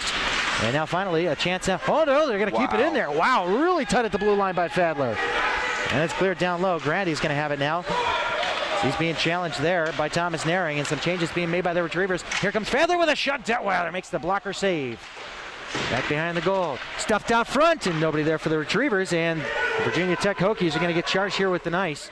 as Yost will hit the hash marks with 11:43 left here in the second. Still 1-0 Virginia Tech. What a rush down there, huh? As heavy as the legs are for Virginia Tech, they were like, you know what, we'll take the 2 seconds. We'll stay on the ice, but we'll take the 2 seconds just to kind of stretch it out. Oh, yeah. I've noticed a little bit with UMBC, they're looking for that perfect play once in a while. They Maybe are. one too many passes. Just got to throw it in on goal. Detweiler, yes, is a great goaltender, but every goaltender, even Martin Brodeur, gives up either a softie or a rebound once in a while. And this one sent down the length of the ice. No icing here. Virginia Tech getting their changes out that they so desperately need. The fourth unit out there for the Retrievers as it goes over to Jared Padgett. But Padgett has his pocket picked by McDonald. Turned over to Moose. Oh, Thomas Naring could not get a hold of it there as Detweiler will reach out and snag it down for the face-off with 11:24 left here in the second. One thing I'll also say about both of these goaltenders, we'll talk about Detweiler first, though, because he's been carrying much of the play right now. Very calm between the pipes, all heck breaking loose in front of him, but, very calm, excuse me, just covering up, no big deal, very in control of their game, both goaltenders in this one thus far. McDonald getting it around Andrew Naring, but Cody Selbert back there to recover. Up ahead now for Bloom. For Daniel, the first unit is out. And first line with Daniel, Jean-Luc, and Bloom. Daniel on his backhand, passes it over to Jean-Luc. Jean-Luc being tied up there by McDonald. McDonald picks his pocket, still has it, and he'll carry it out through the neutral zone. Losing an edge there, falling down, giving it up for Walls. Walls will clear it in, back behind the goal line. Andrew Naring there, backhanging off over to the far corner there for Selbert. Selbert trying to get a pass through center, and it's deflected and kept in there by Vu. Vu looking cross ice, finds I beg your pardon, that's Beethoven Wilson with a shot. We have a delayed call coming up here, and I'm guessing it's going against UMBC as we have a man down for Virginia Tech, and he's slow to get up, and that's Mitch Clark. Yeah, it looks like away from the play. It was Daniel Durante giving him the business. Maybe a bit of interference. We'll see what ends up being the final verdict, but it looks like it's going to be 2 minutes here against UMBC, and Virginia Tech will get their first power play of the game. Fairly successful yesterday, going 1 for 3. It's Andrew Naring that will go to the box. Okay, wrong number. Nice job, son. All right, so first crack at it here for the power play in Virginia Tech with 10:41 left here in the second. They already have the 1-0 lead. They're looking to extend that lead by 2. Walls trying to steer that puck up top to the point, and Veltri couldn't keep it in.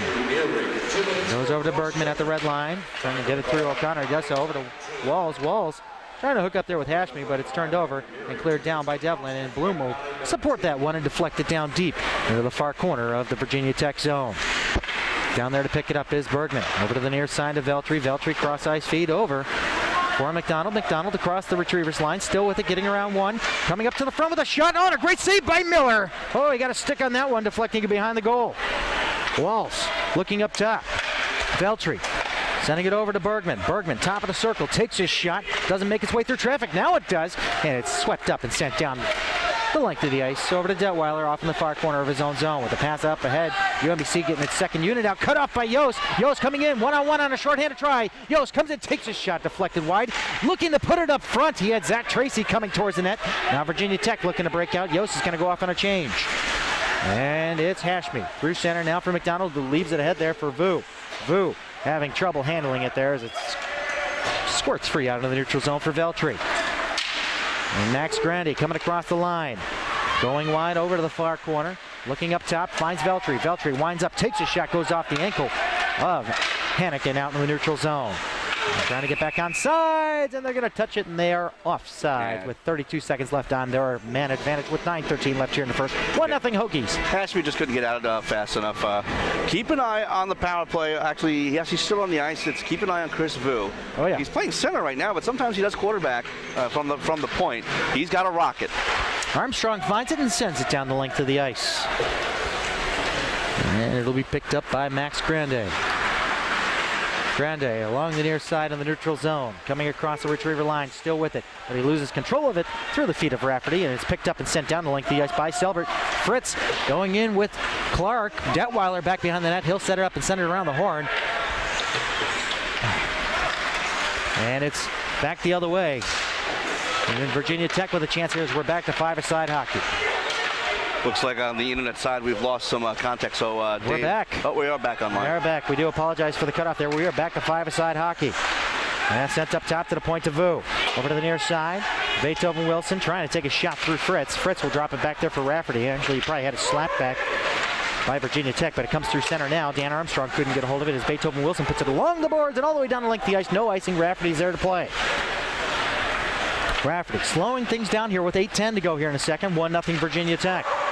Selbert looking through center, trying to find Armstrong. Turned over. Oh no, he's going to slap it away. It's Bergman.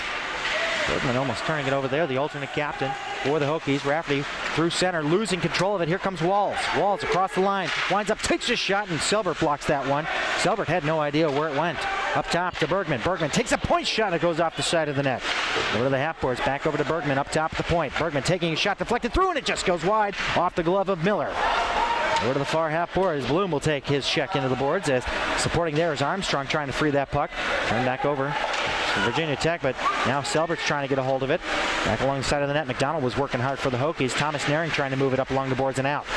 Cleared ahead, now kept in. Beethoven Wilson working together with Waltz there to keep it active for the Hokies inside the retriever zone. Rafferty trying to feather that one back. McDonald up the walls with a shot and a save by Miller. Over the far half boards, Armstrong trying to steer it away from Weidler. Now it's back behind the goal line. McDonald back behind the goal. McDonald looking for an option out front. He's tied up by Bloom, and he actually held him up there. But Bloom was looking for a call for some reason. He blocks a shot from the point. Bergman along the near side. Going down low there for Rafferty. Rafferty trying to find an open lane to take the puck up. He likes to move that puck ahead instead of taking passes here. Rafferty still with it, backhands it off into the far corner. Retrievers get some much needed changes with 6:45 left here in the second period. That exchange between Bloom and, hang on. Here comes Yost coming in on goal, taking a shot and gloved down by Detweiler. Oh, that exchange between Bloom in the zone, I forgot who it was for Virginia Tech. McDonald, excuse me. What it was is one player accused the other of holding the stick, the other was accused of hooking. I think the referee saw both and said, you know what, play on. Oh, face-off one by the Retrievers up top to Yost, who winds up, takes a shot, goes off the ankle of Hubert and out in the neutral zone. Slap back there by, I believe that's Kelly. Kelly is out on the ice for his first shift in this game. Slapped away by Tracy. 2-on-1 coming back the other way with O'Connor. Tracy coming in on goal. Winds up, takes a shot, and a save by Detweiler. He got that one off the stick to the glove or the arm. But oh man, what an opportunity as he opted to take the shot. Yeah, right off the shaft. That was labeled far side post. And Walker Detweiler, you know what? You'd rather be lucky than good in that situation. You should kiss the shaft of his stick right now. Tracy winning it over to the boards there, but it's slapped away there by Maybaum. Kept in there, active by the Retrievers. Fadler setting it up for O'Connor. O'Connor with it far circle. Takes a shot and it goes wide. Over to the near side boards, and it is chipped up to the blue line and finally moved out there by Weidler with a cross ice feed over to Grande. Grande across the blue line. Winds up, takes a shot. Gloved down by Miller. The rebound. He's going to scoop that one up as he kind of left it hanging out there with 6 minutes to play here in a second. Some pushing and shoving going on, and cooler heads will prevail. I think it's the first time we've seen either goaltender have trouble with a shot. That just went off the heel of his glove, but he was ready for it and very quick to jump on top of that and cover. But so I think it's the first time either goaltender really struggled in any way, shape, or form. Fantastically played game for both goaltenders. Fritz will take that face off, and it'll be won by the Hokies, but then it's recovered there by the Retrievers with Yost. Yost along the near side in the neutral zone, pushing it down low into the near corner. It'll be picked up by Hannock. Hannock trying to move it to the front, but he couldn't get a solid rep on it. As it comes up to the far blue line, kept in there by Kelly. Kelly trying to put it down there for Hannock. Hannock will have it. Sending up a pass there, trying to find Fritz. Fritz dumping it back down to Hannock. Hannock back over to Fritz. Fritz had it poked away from him by Hashmi, but he's going to find it. No, it's going to be swept ahead there by the Hokies out in the neutral zone. Vu losing it there for Yost. Yost up the red line. Yost backhand to get in deep. Detweiler reaching out for it. Goes off the side of the net and goes back behind the goal line. Beethoven Wilson sending it around the horn for Vu as it's deflected out in the neutral zone. Rafferty teeing it up, sending it down low. And Detweiler was slowed up behind the goal line for Beethoven Wilson. And it'll be picked up by the Retrievers with Hannock. Hannock looking for an option there. Turns it down low and trying to hook up with Armstrong, but it's actually stopped up there by Beethoven Wilson. Sent out in the neutral zone and down into Retrievers territory. 5 minutes to play here in a second. 1-0 Hokies. And sent ahead there for Daniel. Daniel at the red line. He'll just dump it in there as Bloom's down the chase. Bergman will pick it up though. Bergman moving it up along the glass, almost taking off the head of his own player. That was Kubrak. Now coming across the line. Fitz Daly dropping it there for Kubrak, but it'll be recovered by the Retrievers with Daniel. Daniel looking for a pass there for Jean-Luc, who comes in, tries to take a shot through. Blocked up front by a couple of Hokies defenders. And a nice hit there by Bloom. Set up front and a chance there for Jean-Luc to bury it, but Instead it'll be the Hokies that'll play it up to the blue line and out. And now a 2-on-1 developing the other way with Peak. Peak coming in on goal, taking a shot, blocker saved by Miller. Devlin having a little bit of a time there with Peak. And they're still pushing and shoving, and the Hokies still got control of the puck here as it's gloved out of the air. And a shot trying to go through all that traffic was off the stick of Kubrak, and now it'll be recovered by Rafferty. He'll steer that one out in the neutral zone. Picked up by Daniel, but turned over to Kubrak, and he'll pick up a turnover there by Kubrak and sent up in front of the UMBC bench, but it's going to be Bergman dumping it in, but not deep enough there as it goes behind Colin Devlin, who finally gains control of it. Control. That's a lack of control. Right now, that's for both teams. Tracy trying to drag it through Grandy, but Grandy has his way with it and sends it over to Bergman. Bergman with a slap pass, and it misses everybody and goes down the length of the ice. Yeah, I don't think Weidler deflected that one, so they're going to call this one an icing with 3:30 to play here in a second. 1-0 Hokies, but very sloppy on both ends. Yeah, last 5 minutes or so. Again, first 10 minutes of the period was, if you got into the zone, you're going to get a cycle. You're going to get some time offensively. But I'd say the last 4 or 5 minutes or so, a lot of neutralized play, dump it in, and dump right back out. A lot of tennis going on, so to speak. Face off to the left of Detweiler. O'Connor loses that draw, and it's picked up there by Grandy. Grandy back behind his net, and O'Connor putting on some pressure there. Those dropped along for Lazarati over to the near side boards to Weiler. Weiler clearing it out through neutral. Horn putting on some pressure on Selber, and it's turned over. And it goes over to Lazarati, but he couldn't hold on to it. But he does get a chance there to tap it back behind the goal line of the Retrievers. And it's sent all the way up to Fadler, who was waiting at the blue line, but he couldn't control the pass. O'Connor coming across the Hokie line with a little drag move, taking a shot, it's deflected wide. He gets taken out in front of the net, no call there. Up top, Andrew Nearing taking a shot. Oh, that one was teed up and straight on the fairway there. Now coming back 2-on-1 are the Hokies. Andrew Nearing, here comes a chance up front. Oh, and a shot by Hubert just going wide. Oh, what a great opportunity for Virginia Tech. 2:40 left here in the second. Virginia Tech up 1-0 still. Here comes a chance now for Tracy. Tracy, he loses it off the skate of Maybaum, and the Hokies trying to clear it out. Floats along the blue line and kept in there. But no Retriever can get their stick on that puck as the Hokies cleared out in the neutral zone. Trying to find Hubert, but it goes over to Selbert. Selbert through center, deflected by O'Connor, but not deep inside the Hokies territory. As now the Hokies are going to put it up ahead here for Hubert, but it's picked up by Selbert. And it's cleared all the way down the length of the ice, and this one will be ruled an icing. We're going to go back to that little toe drag move by Hubert. It kind of a nice pass out in front to him, but the puck just went up on its edge on him, and he tried to tuck it around the netminder, and Miller got enough of it. Not enough of it. If he did get a piece of it, it ended up going wide. Just the way the action is going in this period. I'm getting tongue-tied at times here. It's just nobody can get solid control of the puck. That puck seems to roll and bounce quite a bit. I don't know if it's the ice quality or what. Bergman taking a shot going wide with that one. Goes over to the far side boards to Beethoven Wilson. Keeping it active there, and then turnaround shot. Oh, and a great save, point blank. McDonald on Miller. Miller got a hold of that one. Oh, man. And you know what? It was just like that. It turned into a fantastic scoring opportunity for Doug McDonald. It could turn that quickly, and hopefully it does, and we get more scoring opportunities as we get to the latter stages of the second stanza.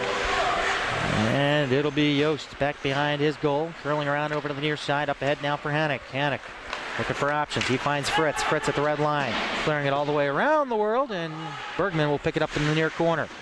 And it's sent all the way around over to the half-board's far side and past Waltz and out in the neutral zone. McDonald trying to chase it down with Armstrong. Armstrong got the best of him. Trying to get ahead now over to Hannock. Hannock trying to get around his man, but he couldn't even get the puck in the process. And nice check there by Fritz, but now the Retrievers will keep it in there with Armstrong supporting. Ooh, and a high hit there. Fritz coming up high on his man up along the near side boards, and there's a scrum for the puck now. McDonald squeezing it back over to Waltz, who was in the slot. Turned over to Yost, who has to wait for Fritz to tag up on side, and they do tag up, and it's sent all the way back over into the near corner. Armstrong down there to chase for the Retrievers. Waltz will get there first. I beg your pardon, that's actually Bergman. Trapped up along the near side boards. Hokies trying to push to get it out. McDonald can't get it out, but Bergman's going to retreat back with it. Trying to go over to the far side of Beethoven Wilson with 1 minute to play here in the second period. 1-0 Hokies. Bloom. Oh, and there's a hard check from behind, and I think he's probably going to get a boarding call for this, and that'll be Dan Armstrong going to the box with 54.8 left here in the second. That's a tough call, as it was a fairly clean check, shoulder to shoulder. But again, the distance to against the boards makes that a very dangerous play, and that's the definition of boarding. Again, that's a very subjective call. It's tough, but is. it's a referee sometimes makes it, sometimes doesn't. This time he decided to, as Virginia Tech goes in the power play for the second time. It's kind of like the way coaches look for calls on open ice checks. They're looking for anything wrong with it, but being that far away from the boards, it definitely did kind of warrant itself for a penalty, I guess. Here comes a chance now up for Vu, and a slap with a shot. Oh, and a save by Miller. It's loose up front, and it's swept away by the Retrievers out in the neutral zone. That was behind Miller. I thought that Adam Henrique was going to go back there and tuck it home like he did last season, but this time Miller able to sweep it away. I love Henrique on my fantasy team, that's for sure. Boy, where did that kid come from, The Windsor Spitfires. There you go. You know the history. There you go. I like this. Vu across the Retrievers line, trying to take a shot. Trying to move it along, and it's kicked away by Yost. Oh, man. If Kubrek would have known where that was, Miller didn't.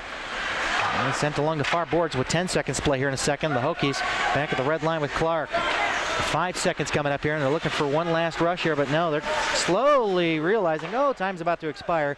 But once again, we conclude a period with a score of 1-0. Hokies still holding on to that lead, but they'll have the 1 minute and 5 second power play on the other side. After a public skate situation that we had earlier, the ice is usually pretty rough, and it takes a couple of Zamboni runs to kind of smooth it out. As we're going into the third period, it should be a much better surface now to the start of the third, and with 1:05 on a power play, puck movement will be a lot easier for the Hokies, and maybe they can take advantage. And if UMBC beats that power play, the puck handling for them will be a lot better as well. We kind of did experience a lot of slogging that last 7 minutes ago as the ice kind of deteriorated. No crisp passing or anything. Yeah, you always understand, again, these rinks, it's not exclusive to us. It's just, we don't have that kind of cash. It's better here than over there where they use, that rink primarily for figure skating. Yeah, so they dig into that ice pretty rough, and I'm sure yesterday during the UMBC Maryland game, there was some evidence of that.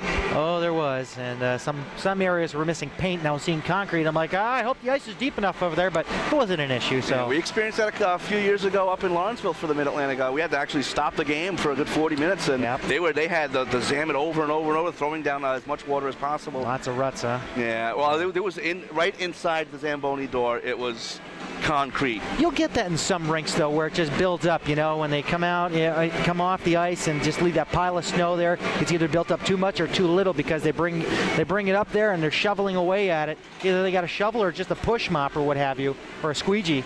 But it depends on what they're using along that corner. So, well, we'll something take to look for in the third period, as hopefully the ice is going to improve as the day goes on. I think the quality will be better, and we will see some scoring. I think this one's going to blow open. I think so. As long as it stays nice and tight, I'm looking forward to hopefully an overtime. So. Let's give Dave Stearns an overtime winner. I don't know if my heart can handle that. I'm not saying which team. I'm saying let's give Dave Stearns an overtime winner call, so it'll blow up all over the YouTube. Well, we're hoping that this contest does remain close, and we're hoping that the next game will, be a close one as well, as Rider will take on Penn State at 5:30. So stay tuned here on the Cross Ice feed for that action, as well as we do have 20 minutes or more left here in this one, as Virginia Tech holds on to that 1-0 lead over the UMBC Retrievers. Stay tuned.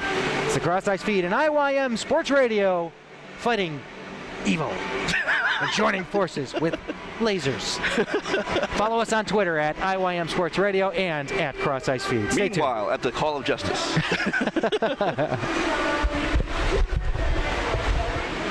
Welcome back, everybody, to Abingdon, Maryland, at the Ice World for this year's 2013 Mid-Atlantic Collegiate Hockey Semifinals between UMBC and Virginia Tech. Virginia Tech holding on to a 1-0 lead, and they'll have a man advantage to start this third period.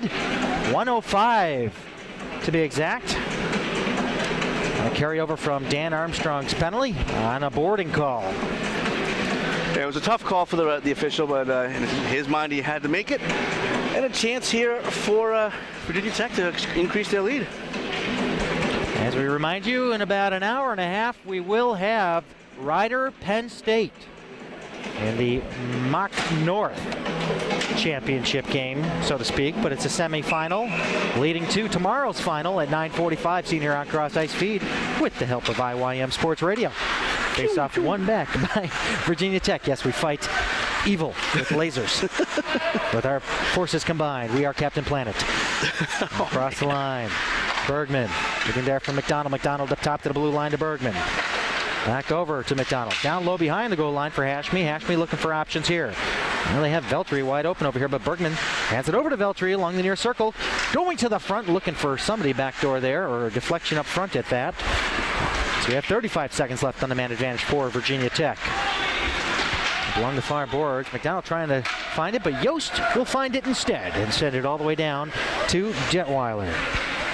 Walker Detweiler not seeing as many shots there in that second period. UMBC, I believe, outshot Virginia Tech 16-5 in the first frame. And I believe it was 14-6 Virginia Tech in that second. Here comes McDonald coming in on goal, almost taken off the head of Miller. And it goes wide over to the far half boards as we are just about to get back to five-a-side hockey with 18:55 left here in the third. And Yost settling it down. Five-a-side hockey. One thing we're seeing with the lack of goal scoring and the fine goaltending is a lot of fine tuning as far as shots are concerned. They're just trying to pick the corners instead of just throwing it in on goal. Now, I was talking with a few people that had opinions on how to get some goals in on Detweiler from the UMBC side of things. And it's interesting to see the opinions there as Vu will take it in across the retriever's line with a backhand pass, trying to make it over there to Clark. But they're saying, you know, go far pad, far post, and hope for that rebound to kick out to the trailer or the guy that's sitting at the back door. I mean, it's kind of a set play, but, you know, give it a try and see what happens. And they try to do that with the rush that Tracy and O'Connor had coming in on Detweiler 2-on-1. Rafferty coming across the Hokies line, still with it.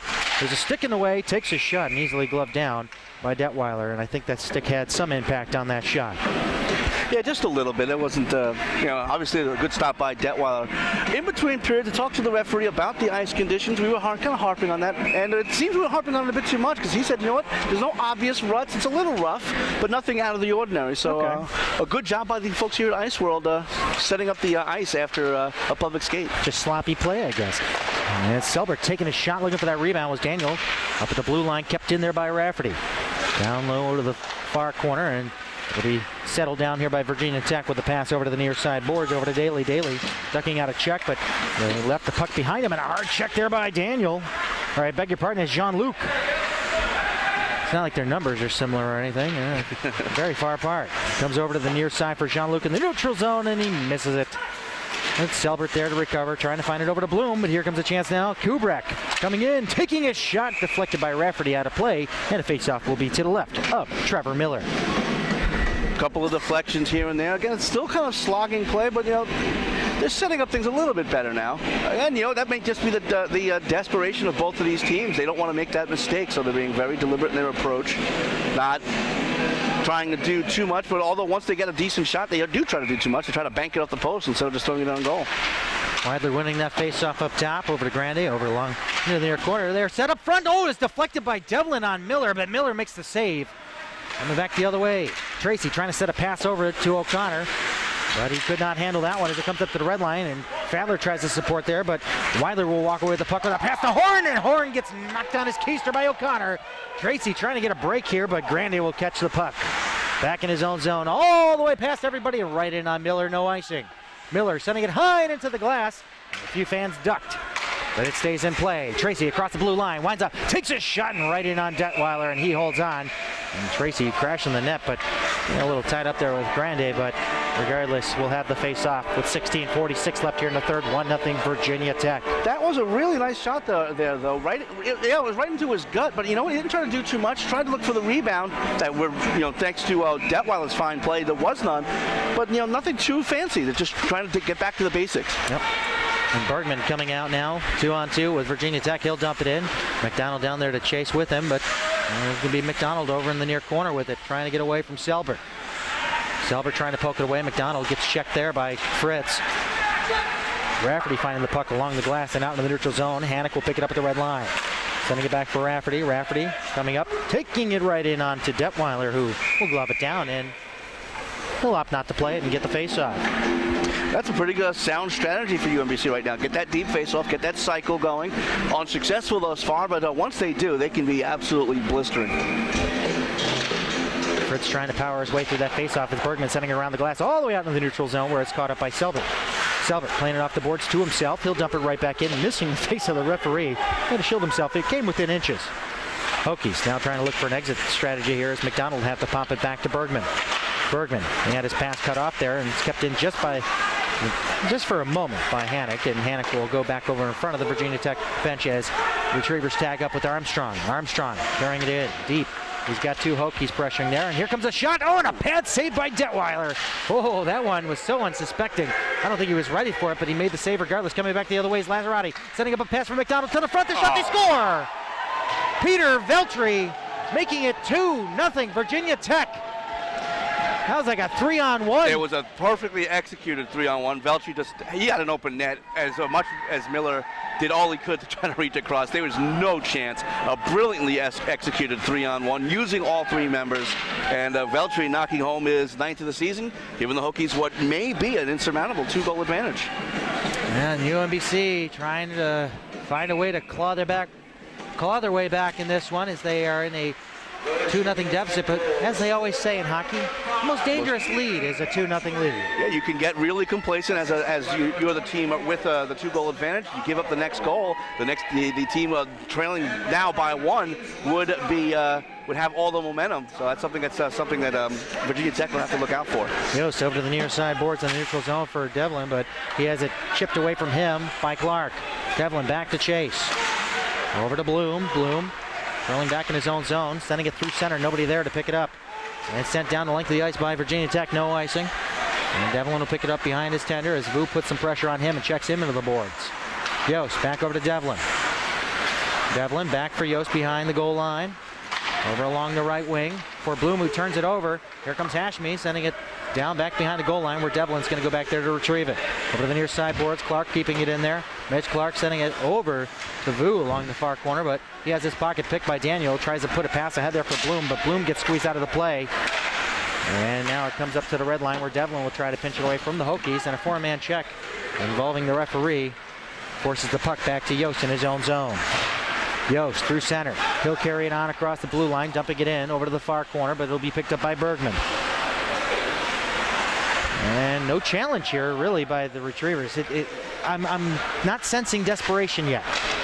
Now Daniel trying to hold on to that one, but he had it poked away from him. But Bloom will have it up to Devlin. Devlin sending it down over to Daniel. Daniel setting it up there for Bloom.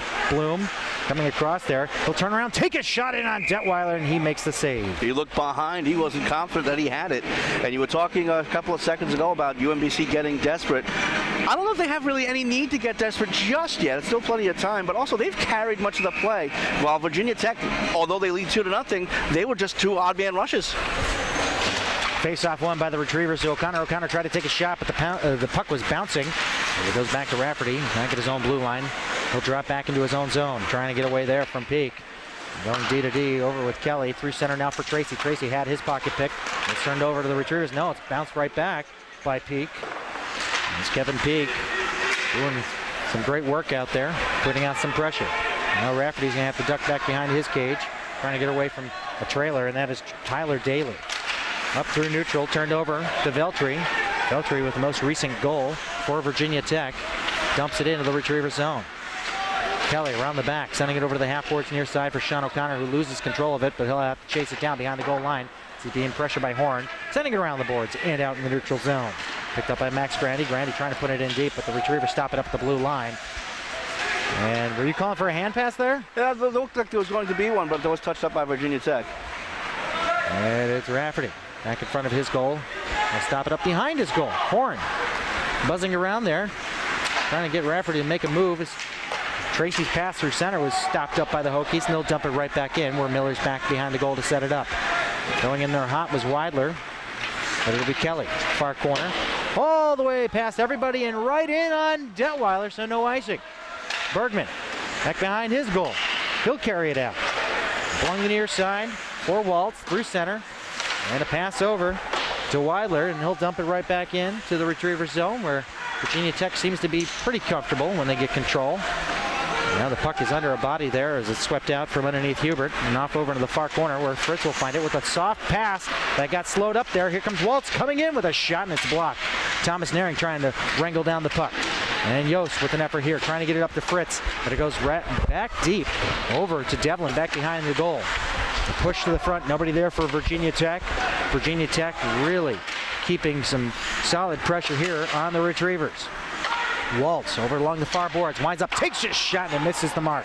Comes over to the near side, Bergman sending it down back behind the goal line. Devlin will stop it up, take it over to the far corner with a pass over to the near side, over to Thomas Naring. Naring slowing it up here, and he'll dump it in deep down into Virginia Tech territory, where Detweiler will come out and stop it up with 11:46 left here in the third. 2-0 Virginia Tech. Last couple of minutes, real nice pressure here by Virginia Tech, but UMBC doing the smart thing, not just clearing it down for an icing and getting a face-off in their own zone. They worked hard to at least get the face-off deep in the Virginia Tech zone and see if they can get some cycling going for themselves. Bloom taking the face-off against Clark. Clark wins it over to Veltri. Veltri trying to move it up along the boards. But the Retrievers applying some pressure, and Clark will come in there to support. Sending it over to the far side of Vu. Vu has it deflected out through center. It's taken by Kelly along the near side as the Retrievers have to tag up. And it's deflected on now through center and caught up by Jean-Luc, who waits for his team to get back on side. Jean-Luc carrying it in now, off into the corner. Turned over to Clark. Clark with it now, up along the near side. And played off the glass and out by Hashmi all the way down to the Retriever zone. Rafferty there to get it, puts it up along the boards into the neutral zone. And chopping his stick. Boy, that was pretty solid evidence there of a slash that I believe Bloom got away with. And Hashmi talks to the referee, who says no way. And coming back with it, Bloom across the line, dropping it there for Jean-Luc. Jean-Luc dropping it off for Kelly. Kelly having trouble with that pass as it goes out into the neutral zone to Rafferty. Rafferty trying to clear it in, but it's caught up by Virginia Tech, coming back the other way with Daly. Daly along the near half boards. Along the goal line, sending it in front, looking for a breaking Grandy towards the net. Now it's played ahead now for Jean-Luc. Jean-Luc coming in on goal. No, he had some fine back check work on him by Peak as he gets taken out of the play with a check behind the goal. Up along the top of the circle, far side, Grandy putting it over to the near side. 10.5 to go here in the third. Virginia Tech up 2-0. Yost going through his own zone, coming through center, pushing it ahead across the blue line. In on goal, Yost with a shot, and he backhands it wide of the net. Over to the far half boards, Tracy doing battle with Bergman for control of the puck. In there to support DJ Fadler, but he can't get his stick in on the action, and Virginia Tech will find it, and it'll be played ahead by Horn. He moves it through center ice, across the red line, across the Retrievers line, winds up, takes his shot, just goes wide of the net. A hard little wrister there, but it's slowed up behind the net by Devlin. And it also looks like Yost was holding underneath his chin. He may have got caught with a high stick that was unrecognized by the referee. Puck kept in there off of a broken stick along the far side of the Retriever zone. And now it comes out to neutral, where it's Veltri who will dump it in, but not deep enough there as Yost interrupted that one. With a pass ahead, Tracy working it up to Yost, but Yost has his pocket pick. And it's Hubert that'll send it into the Retriever zone. Rafferty back to chase. 9:30 left here in the third. Time is running out on the Retrievers. They have to respond soon here if they want to make this a close contest, as Virginia Tech has a 2-0 lead. O'Connor working his way through neutral across the Hokie line. Sending it deep down over to the near corner to Fadler. Fadler trying to backhand it over to O'Connor, but it's picked up by the Hokies, and it's Waltz trying to move it up to the blue line and out, but it's kept in there by Selbert, whose shot goes wide and behind the cage. O'Connor back passing it to Rafferty at the point with a shot that goes wide. Tracy backhanding it to the front, but Veltri got in the way of that one. Selbert not sure whether or not to pinch in to keep it in. It's cleared out to the red line by the Hokies. Fadler finding it in neutral, setting it off in the far corner of the Hokie zone, and the Retrievers are going to get some changes out there on the ice with 8:45 to play in the third period. Veltri through the neutral zone, deflected up for Waltz. Waltz couldn't clear it into the Retriever zone. Armstrong trying to pass it up to Fritz. Cleared in by Waltz, who's going to go off on a change. And Rafferty playing it ahead over to the Virginia Tech bench. I think they made it. Yeah, they had too many men on the ice at that time when they touched the puck. Even in front of their bench, and the referee didn't see it. Oh boy, they got away with one there, that's for sure. Through center now, and it's chipped back in by Clark. Deep behind the Retriever goal, where Selbert will find it. Broken twig still out on the ice there, the other half of it. And Selbert leading ahead now for Hannock. Hannock trying to get around his man. Bergman stopped him up, and Clark will have it along the near side. Cleared all the way up, not out, kept in by Fritz, who tosses that one into the slot, nobody there. Bergman trying to work his way out. He's trying to draw a penalty as he took a fall, and now we're going to have the offside called as the Retrievers could not get back in time with 7:53 left here in the third.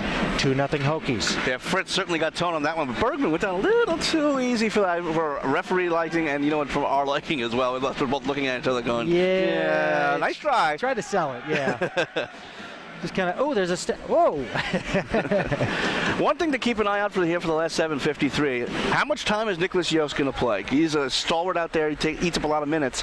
But UMBC do have bigger fish to fry next week at the regional. So well, that's an interesting school of thought. Which school of thought that the coach Vogel is going to take? This is his last mock playoff. So and maybe next week could be potentially his last game if the Retrievers fall to Maryland. But we'll see. We'll see. And Devlin will have to chase it back, no icing. He's being shadowed there by Hashmi. Hashmi tapping him and forcing him to make a decision here as it goes along the near side. John Luke trying to make a pass away from Hashmi, and then Daniel will find it over to Bloom. Bloom across the line, winds up, fakes his shot, gets around Veltri, coming in on goal along the side of the net. Oh, and a shot through the slot goes wide. Daniel's shot going just wide. Devlin winding up at the point, and it's loose up front, and it's swept away by Virginia Tech out in the neutral zone. Great opportunity there for the Retrievers. Devlin carried all the way through with a clear in all the way over to the far side where Veltri will put it up along the half boards for Vu. Vu with a cross ice feed for Clark. Clark trying to get to that puck. He had a breakaway opportunity if he could have got there, but Yost will get there first. Yost. Long shifts indeed, and losing an edge there. Getting clipped was Max Grande, but the Retrievers having trouble getting back into the Virginia Tech zone. As it's moved ahead by Daly. Daly in front of the bench, losing it there. Yost is going to barrel his way through. Nobody supporting through the open ice along this near side. Everybody crowded up along that other side. Now everyone's over here. Selber taking a hard check. Another check there. Eric O'Connor taking out his man so he can get the puck and take it back behind the goal line to open things up here with 6:20 left in the third. Virginia Tech up 2-0. Trying to win that race for the icing is Tracy, but Max Grande's back there to play it, and face-off will come all the way back into UMBC territory. UMBC seems to be playing right into Virginia Tech's hands here. The Retrievers unable to really get over the red line, let alone the blue line, to get some action going. The only chance they had at that point was to ice the puck. Virginia Tech, they're maybe playing a little bit of prevent defense. They may want to take a knee and see if the clock will go out, but it's tough to do. This much time left with the offensive power that UMBC has.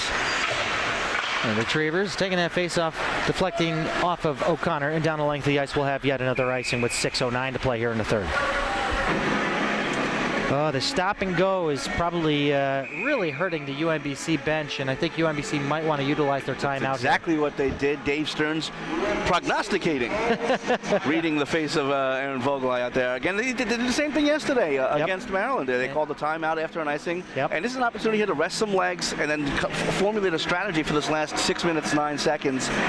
They got to get 2, or they are heading home for the week. Yeah. Single elimination here as Virginia Tech looks to hold on to this 2-0 lead. They'll play the winner of Penn State and Rider. That game will be seen here in about an hour's time. So stay tuned for that, all you hockey lovers out there. Looking forward to that one. That should be a real nice matchup. As very early in the season, Penn State blew away Rider 12-1. But then just a few weeks ago, it was a much tighter contest. Again, a lot can change in a few months, which is exactly what it did. So hopefully we get the tight contest, not the blowout. But that's exactly what I predict. I predict that Rider's going to stay in it. That fantastic goaltender there's Nate Kolodenko. That great offense and defense of Penn State. It's going to be a fun matchup. Oh, for sure. And we saw Lothar play a great game last night. Plenty of opportunities for Temple, but the lack of discipline on Temple's behalf kind of led to their demise. Face-off won by UMBC. Back over to Rafferty. Fresh legs out on the ice thanks to that timeout by Aaron Vogelai. Rafferty over to the near side for Bloom. Bloom through center. Bloom ducking one check, ducking two. Coming across over to the top of the circle, taking a shot that got slowed up on the way through. Bergman with an out, putting it up along the glass and out through the neutral zone. Virginia Tech going over to the near side. Jean-Luc will find it and he'll slap it all the way back into the Hokies zone. 5:40 to play here in the third, 2-0 Hokies. Hokies clearing up to the blue line, not out, kept in there by Rafferty. Rafferty looking for somebody, and he's looking for Daniel down low, but his pass misses him. And it'll come up to the blue line and out as it's slapped all the way down the length of the ice. This one's going to be an icing charge to Virginia Tech. So good news here for UMBC. They're forcing Virginia Tech to get a little desperate to clear the zone. Their ice may be tilting now as we get down to just above 5 minutes left to go in regulation. This is exactly what UMBC needs to get back in this game. Some deep face-offs, face-off wins, cycle it around, and plenty of shots to try to beat this tough goaltender Detweiler. I do question why Rafferty didn't take the shot and look for the pass over to Durante. You got to start taking the shots. I have to agree with you on that one. Passing doesn't get you goals. And it comes up to the blue line and out as O'Connor couldn't handle it as he was being shadowed there by Hubert. Hubert doing some work there in the neutral zone. Now Tracy having a time there with Weidler. And now it's cleared out by the Hokies down into the retriever zone where it's met by Yost. And the Hokies are changing. Retrievers trying to take advantage of that. Over to O'Connor. O'Connor taking a shot. Blocked on the first try. Second try goes behind the goal line. And the pass up top to the point slowed up. And it'll be recovered there by DJ Fadler, waiting for his team to get onside. He comes across the line. Fadler winds up. Takes a shot. Couldn't get a full solid rep on it. Over to the near side, kept in at the blue line by Tracy. Tracy's shot gets deflected off into the far corner. Bergman will find it. Up to McDonald. McDonald trying to clear it out. Still in there. A bit of a pile in front of the Hokie bench, and now it's finally scored free out in the neutral zone. Tracy in front of the Virginia Tech bench. Nice play there by McDonald while he was down on his belly. Comes across the line. Tracy, here comes a chance now for O'Connor. O'Connor winds up, takes a shot right in on Detweiler, straight to the logo. That shot will never, ever go in unless you want to put a hole through the guy with a 112-mile-an-hour slap shot. The best chance there is to, Detweiler does a fantastic job as far as angles are concerned. You got to aim for the pads. Try to get yourself a rebound. Bank it off the pads so maybe someone else will be there to knock home the open net. Lower shots. Here comes a shot off the face-off, and it's deflected out of play, Dan Armstrong. But then once you get a lower shot, Detweiler has the ability to stick it out of play. Something him and we'll see later, Kolodenko was absolutely a master at the ACHA level. And the face-off. Won by the Retrievers up top to Rafferty. Rafferty tried to clear it down, and he had another opportunity to get there, but Virginia Tech will find it. As it's Hashmi putting it ahead now for Vu. Vu across the line. Top of the circle. Feeding it into the slot, but it's picked up by Rafferty. Rafferty being shadowed there by Clark as it comes along the near side for Hannock. Hannock had a little trouble there with the linesman. Fritz dropping it off for nobody there. And the Virginia Tech Hokies keeping it active with Hashmi finding it. Hashmi along the near side boards, taking it on Miller, and Miller will make the save and hold on with 3:49 left here in the third. We need some desperation hockey now from the Retrievers. Otherwise, we aren't getting desperation hockey today, David. You know who it's coming from? Who? Virginia Tech Hokies. They're diving all over the place out, just trying to keep the puck out of their zone. They recognize how close they are to a bit of an upset here against UMBC. Now the Retrievers need to get that desperation as well. And comes up top to the point for the Hokies as the linesman takes a spill. I'd like to thank Matt Berry on the camera today. Retriever player doing a fine job. It comes down over into the near corner. Inside the Retriever zone as Devlin slows it up behind Miller with 3:33 left here in the third. John Luke up ahead now for Bloom. He gets squeezed off the puck, and Bergman will find it. Putting this one high into the air, glove down by Yost, who plays it to himself. Yost being back checked there by Kubrak, strain on him, but Yost will toss it all the way in. No icing here as he was across the red line. Trying to find it is Daniel. Daniel and John Luke working together in the far corner.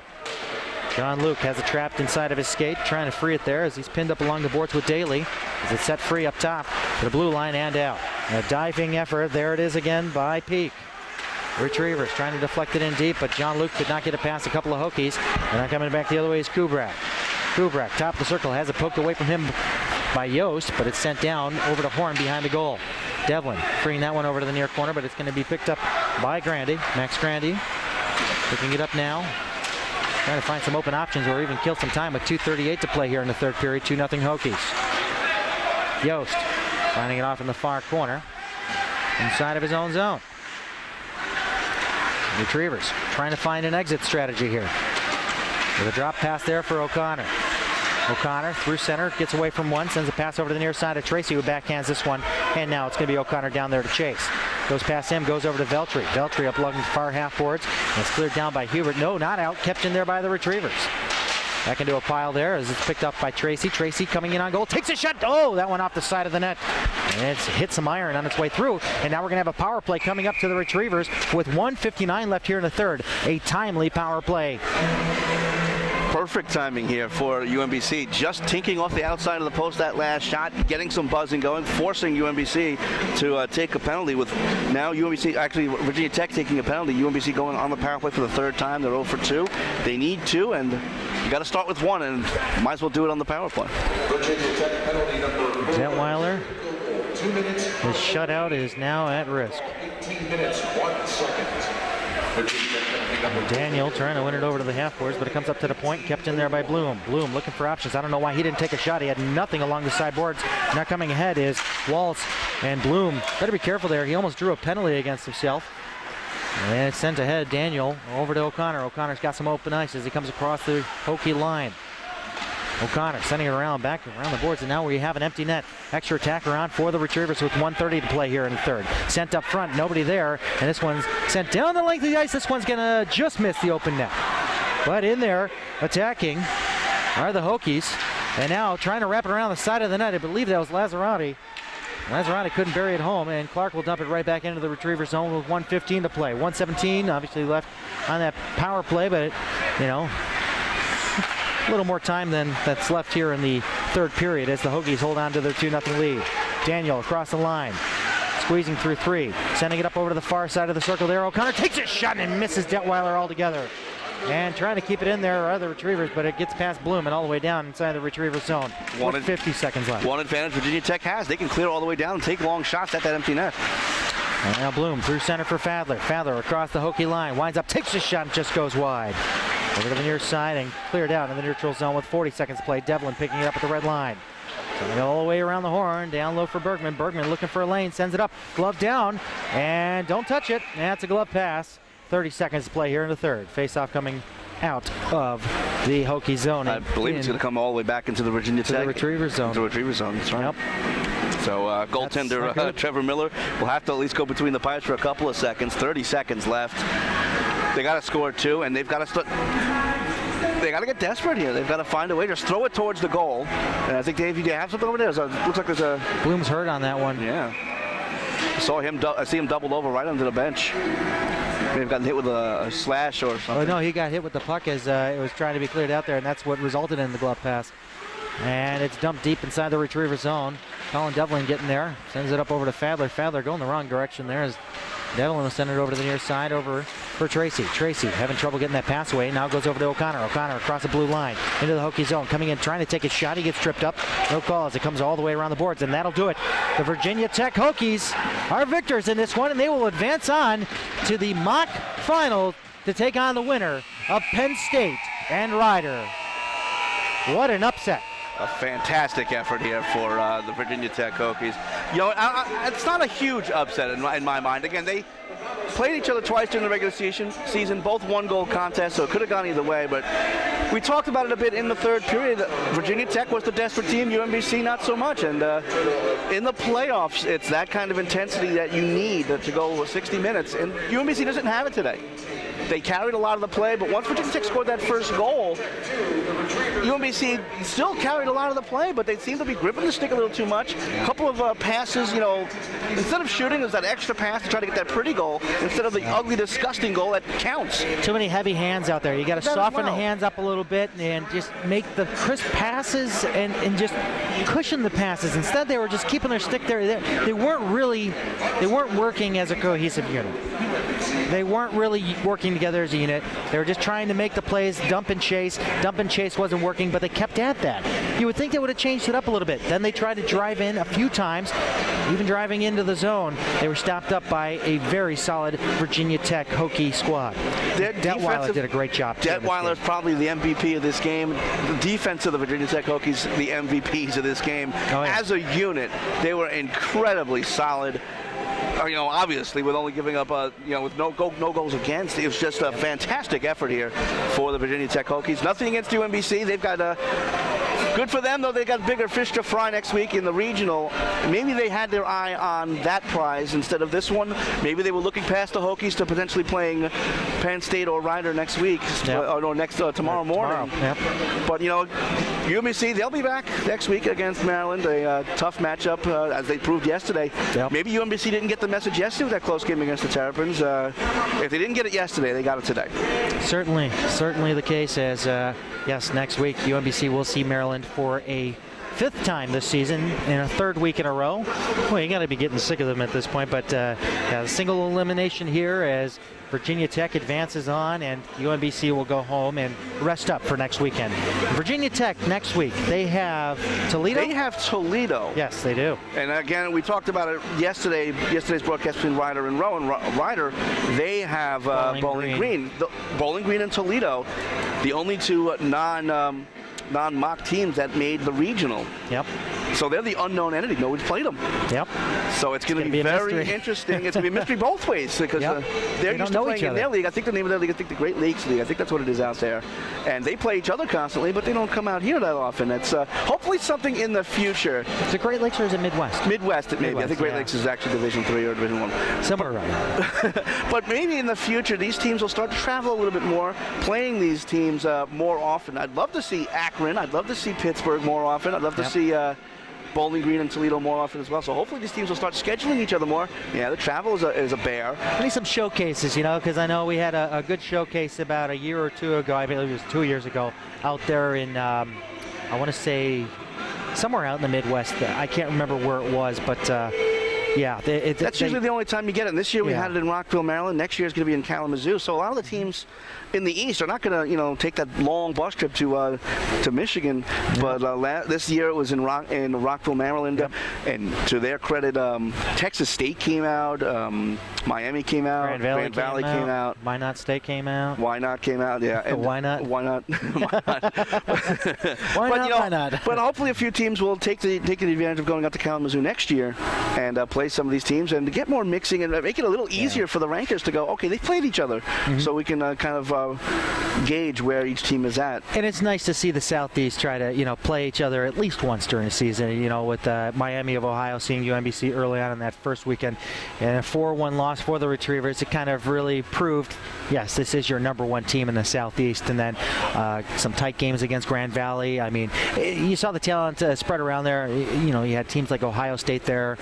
Pitt was there. Southern Illinois, Edwardsville was there. I mean, you saw a wide variety of teams, and most of which were in the Southeast, and a few out in the other leagues that came through in the Midwest there. So, I hope next year when they schedule things, I hope they schedule a little bit better, so that way we can see these non-MACH teams a little bit more often than just, hey, every regional game maybe, or every 2 years and maybe a showcase. So. But it's tough with the travel. Again, it's all bus travel. It all costs money. And I will tell you one thing. Defending national champion Florida Gulf Coast, I think they're going to travel a little bit more next year because that was a big problem with them this year trying to get ranked. They invited some teams in, but they beat them up pretty well. And with not playing a lot of road games, that's kind of tough for them. They have a fantastic program, don't get me wrong, down in Florida Gulf Coast. They know how to run a national tournament as well as anybody. Right. Because they do it at both levels, Division 2 and 3. And you can't beat, the Florida Sun. But they need to start traveling a little bit more. It's tough being on an island for them. They are all alone down there as far as Division 2 is concerned. So hopefully some changes on the way here in the Division 2 in the Southeast. More teams playing each other more often. And look out for those teams on the rise in other leagues. Like you got your Millersvilles, NJITs, those other teams that are going to start building. It's not going to be the same 20 teams forever. Yep. There's also University of Virginia. There's all these other teams that have that potential to to hopefully move up, and we'll see some new faces and new jersey designs and all that kind of stuff in the next coming years. Sound like Georgetown as well as another Georgetown. Claw's way out. I'll tell you right now. Have you seen Georgetown this year? Yes, we saw them, and they took UMBC to a 2-1 win. 2-1 win for the Retrievers, and it was a very tight contest. I have to say that Georgetown, they may be the fastest team in the Southeast. They are lightning quick. They're small. Their hands are not the best. They don't have all the skill, but legs-wise, they have to be the fastest team in the Southeast. And you know what? You mentioning them, they may be the team upcoming in the Southeast, so everyone keep an eye on them. Oh, I can see that. Well, listen, we're going to take a break here. We got about 38 minutes time here until we get the Penn State Rider action underway, and we will have that action live here on the CrossIceFeed. We'll cut off the feed for now, but we'll rejoin you in about 40 minutes time. This is the conclusion of the MACH South Final, which is a semifinal, and the winner of that is Virginia Tech, who will take on the winner of Penn State Rider. So, Virginia Tech 2-0 on UMBC. As always, folks, David Stearns with Tom Willms saying, we'll see you soon, and as always, don't stop believing.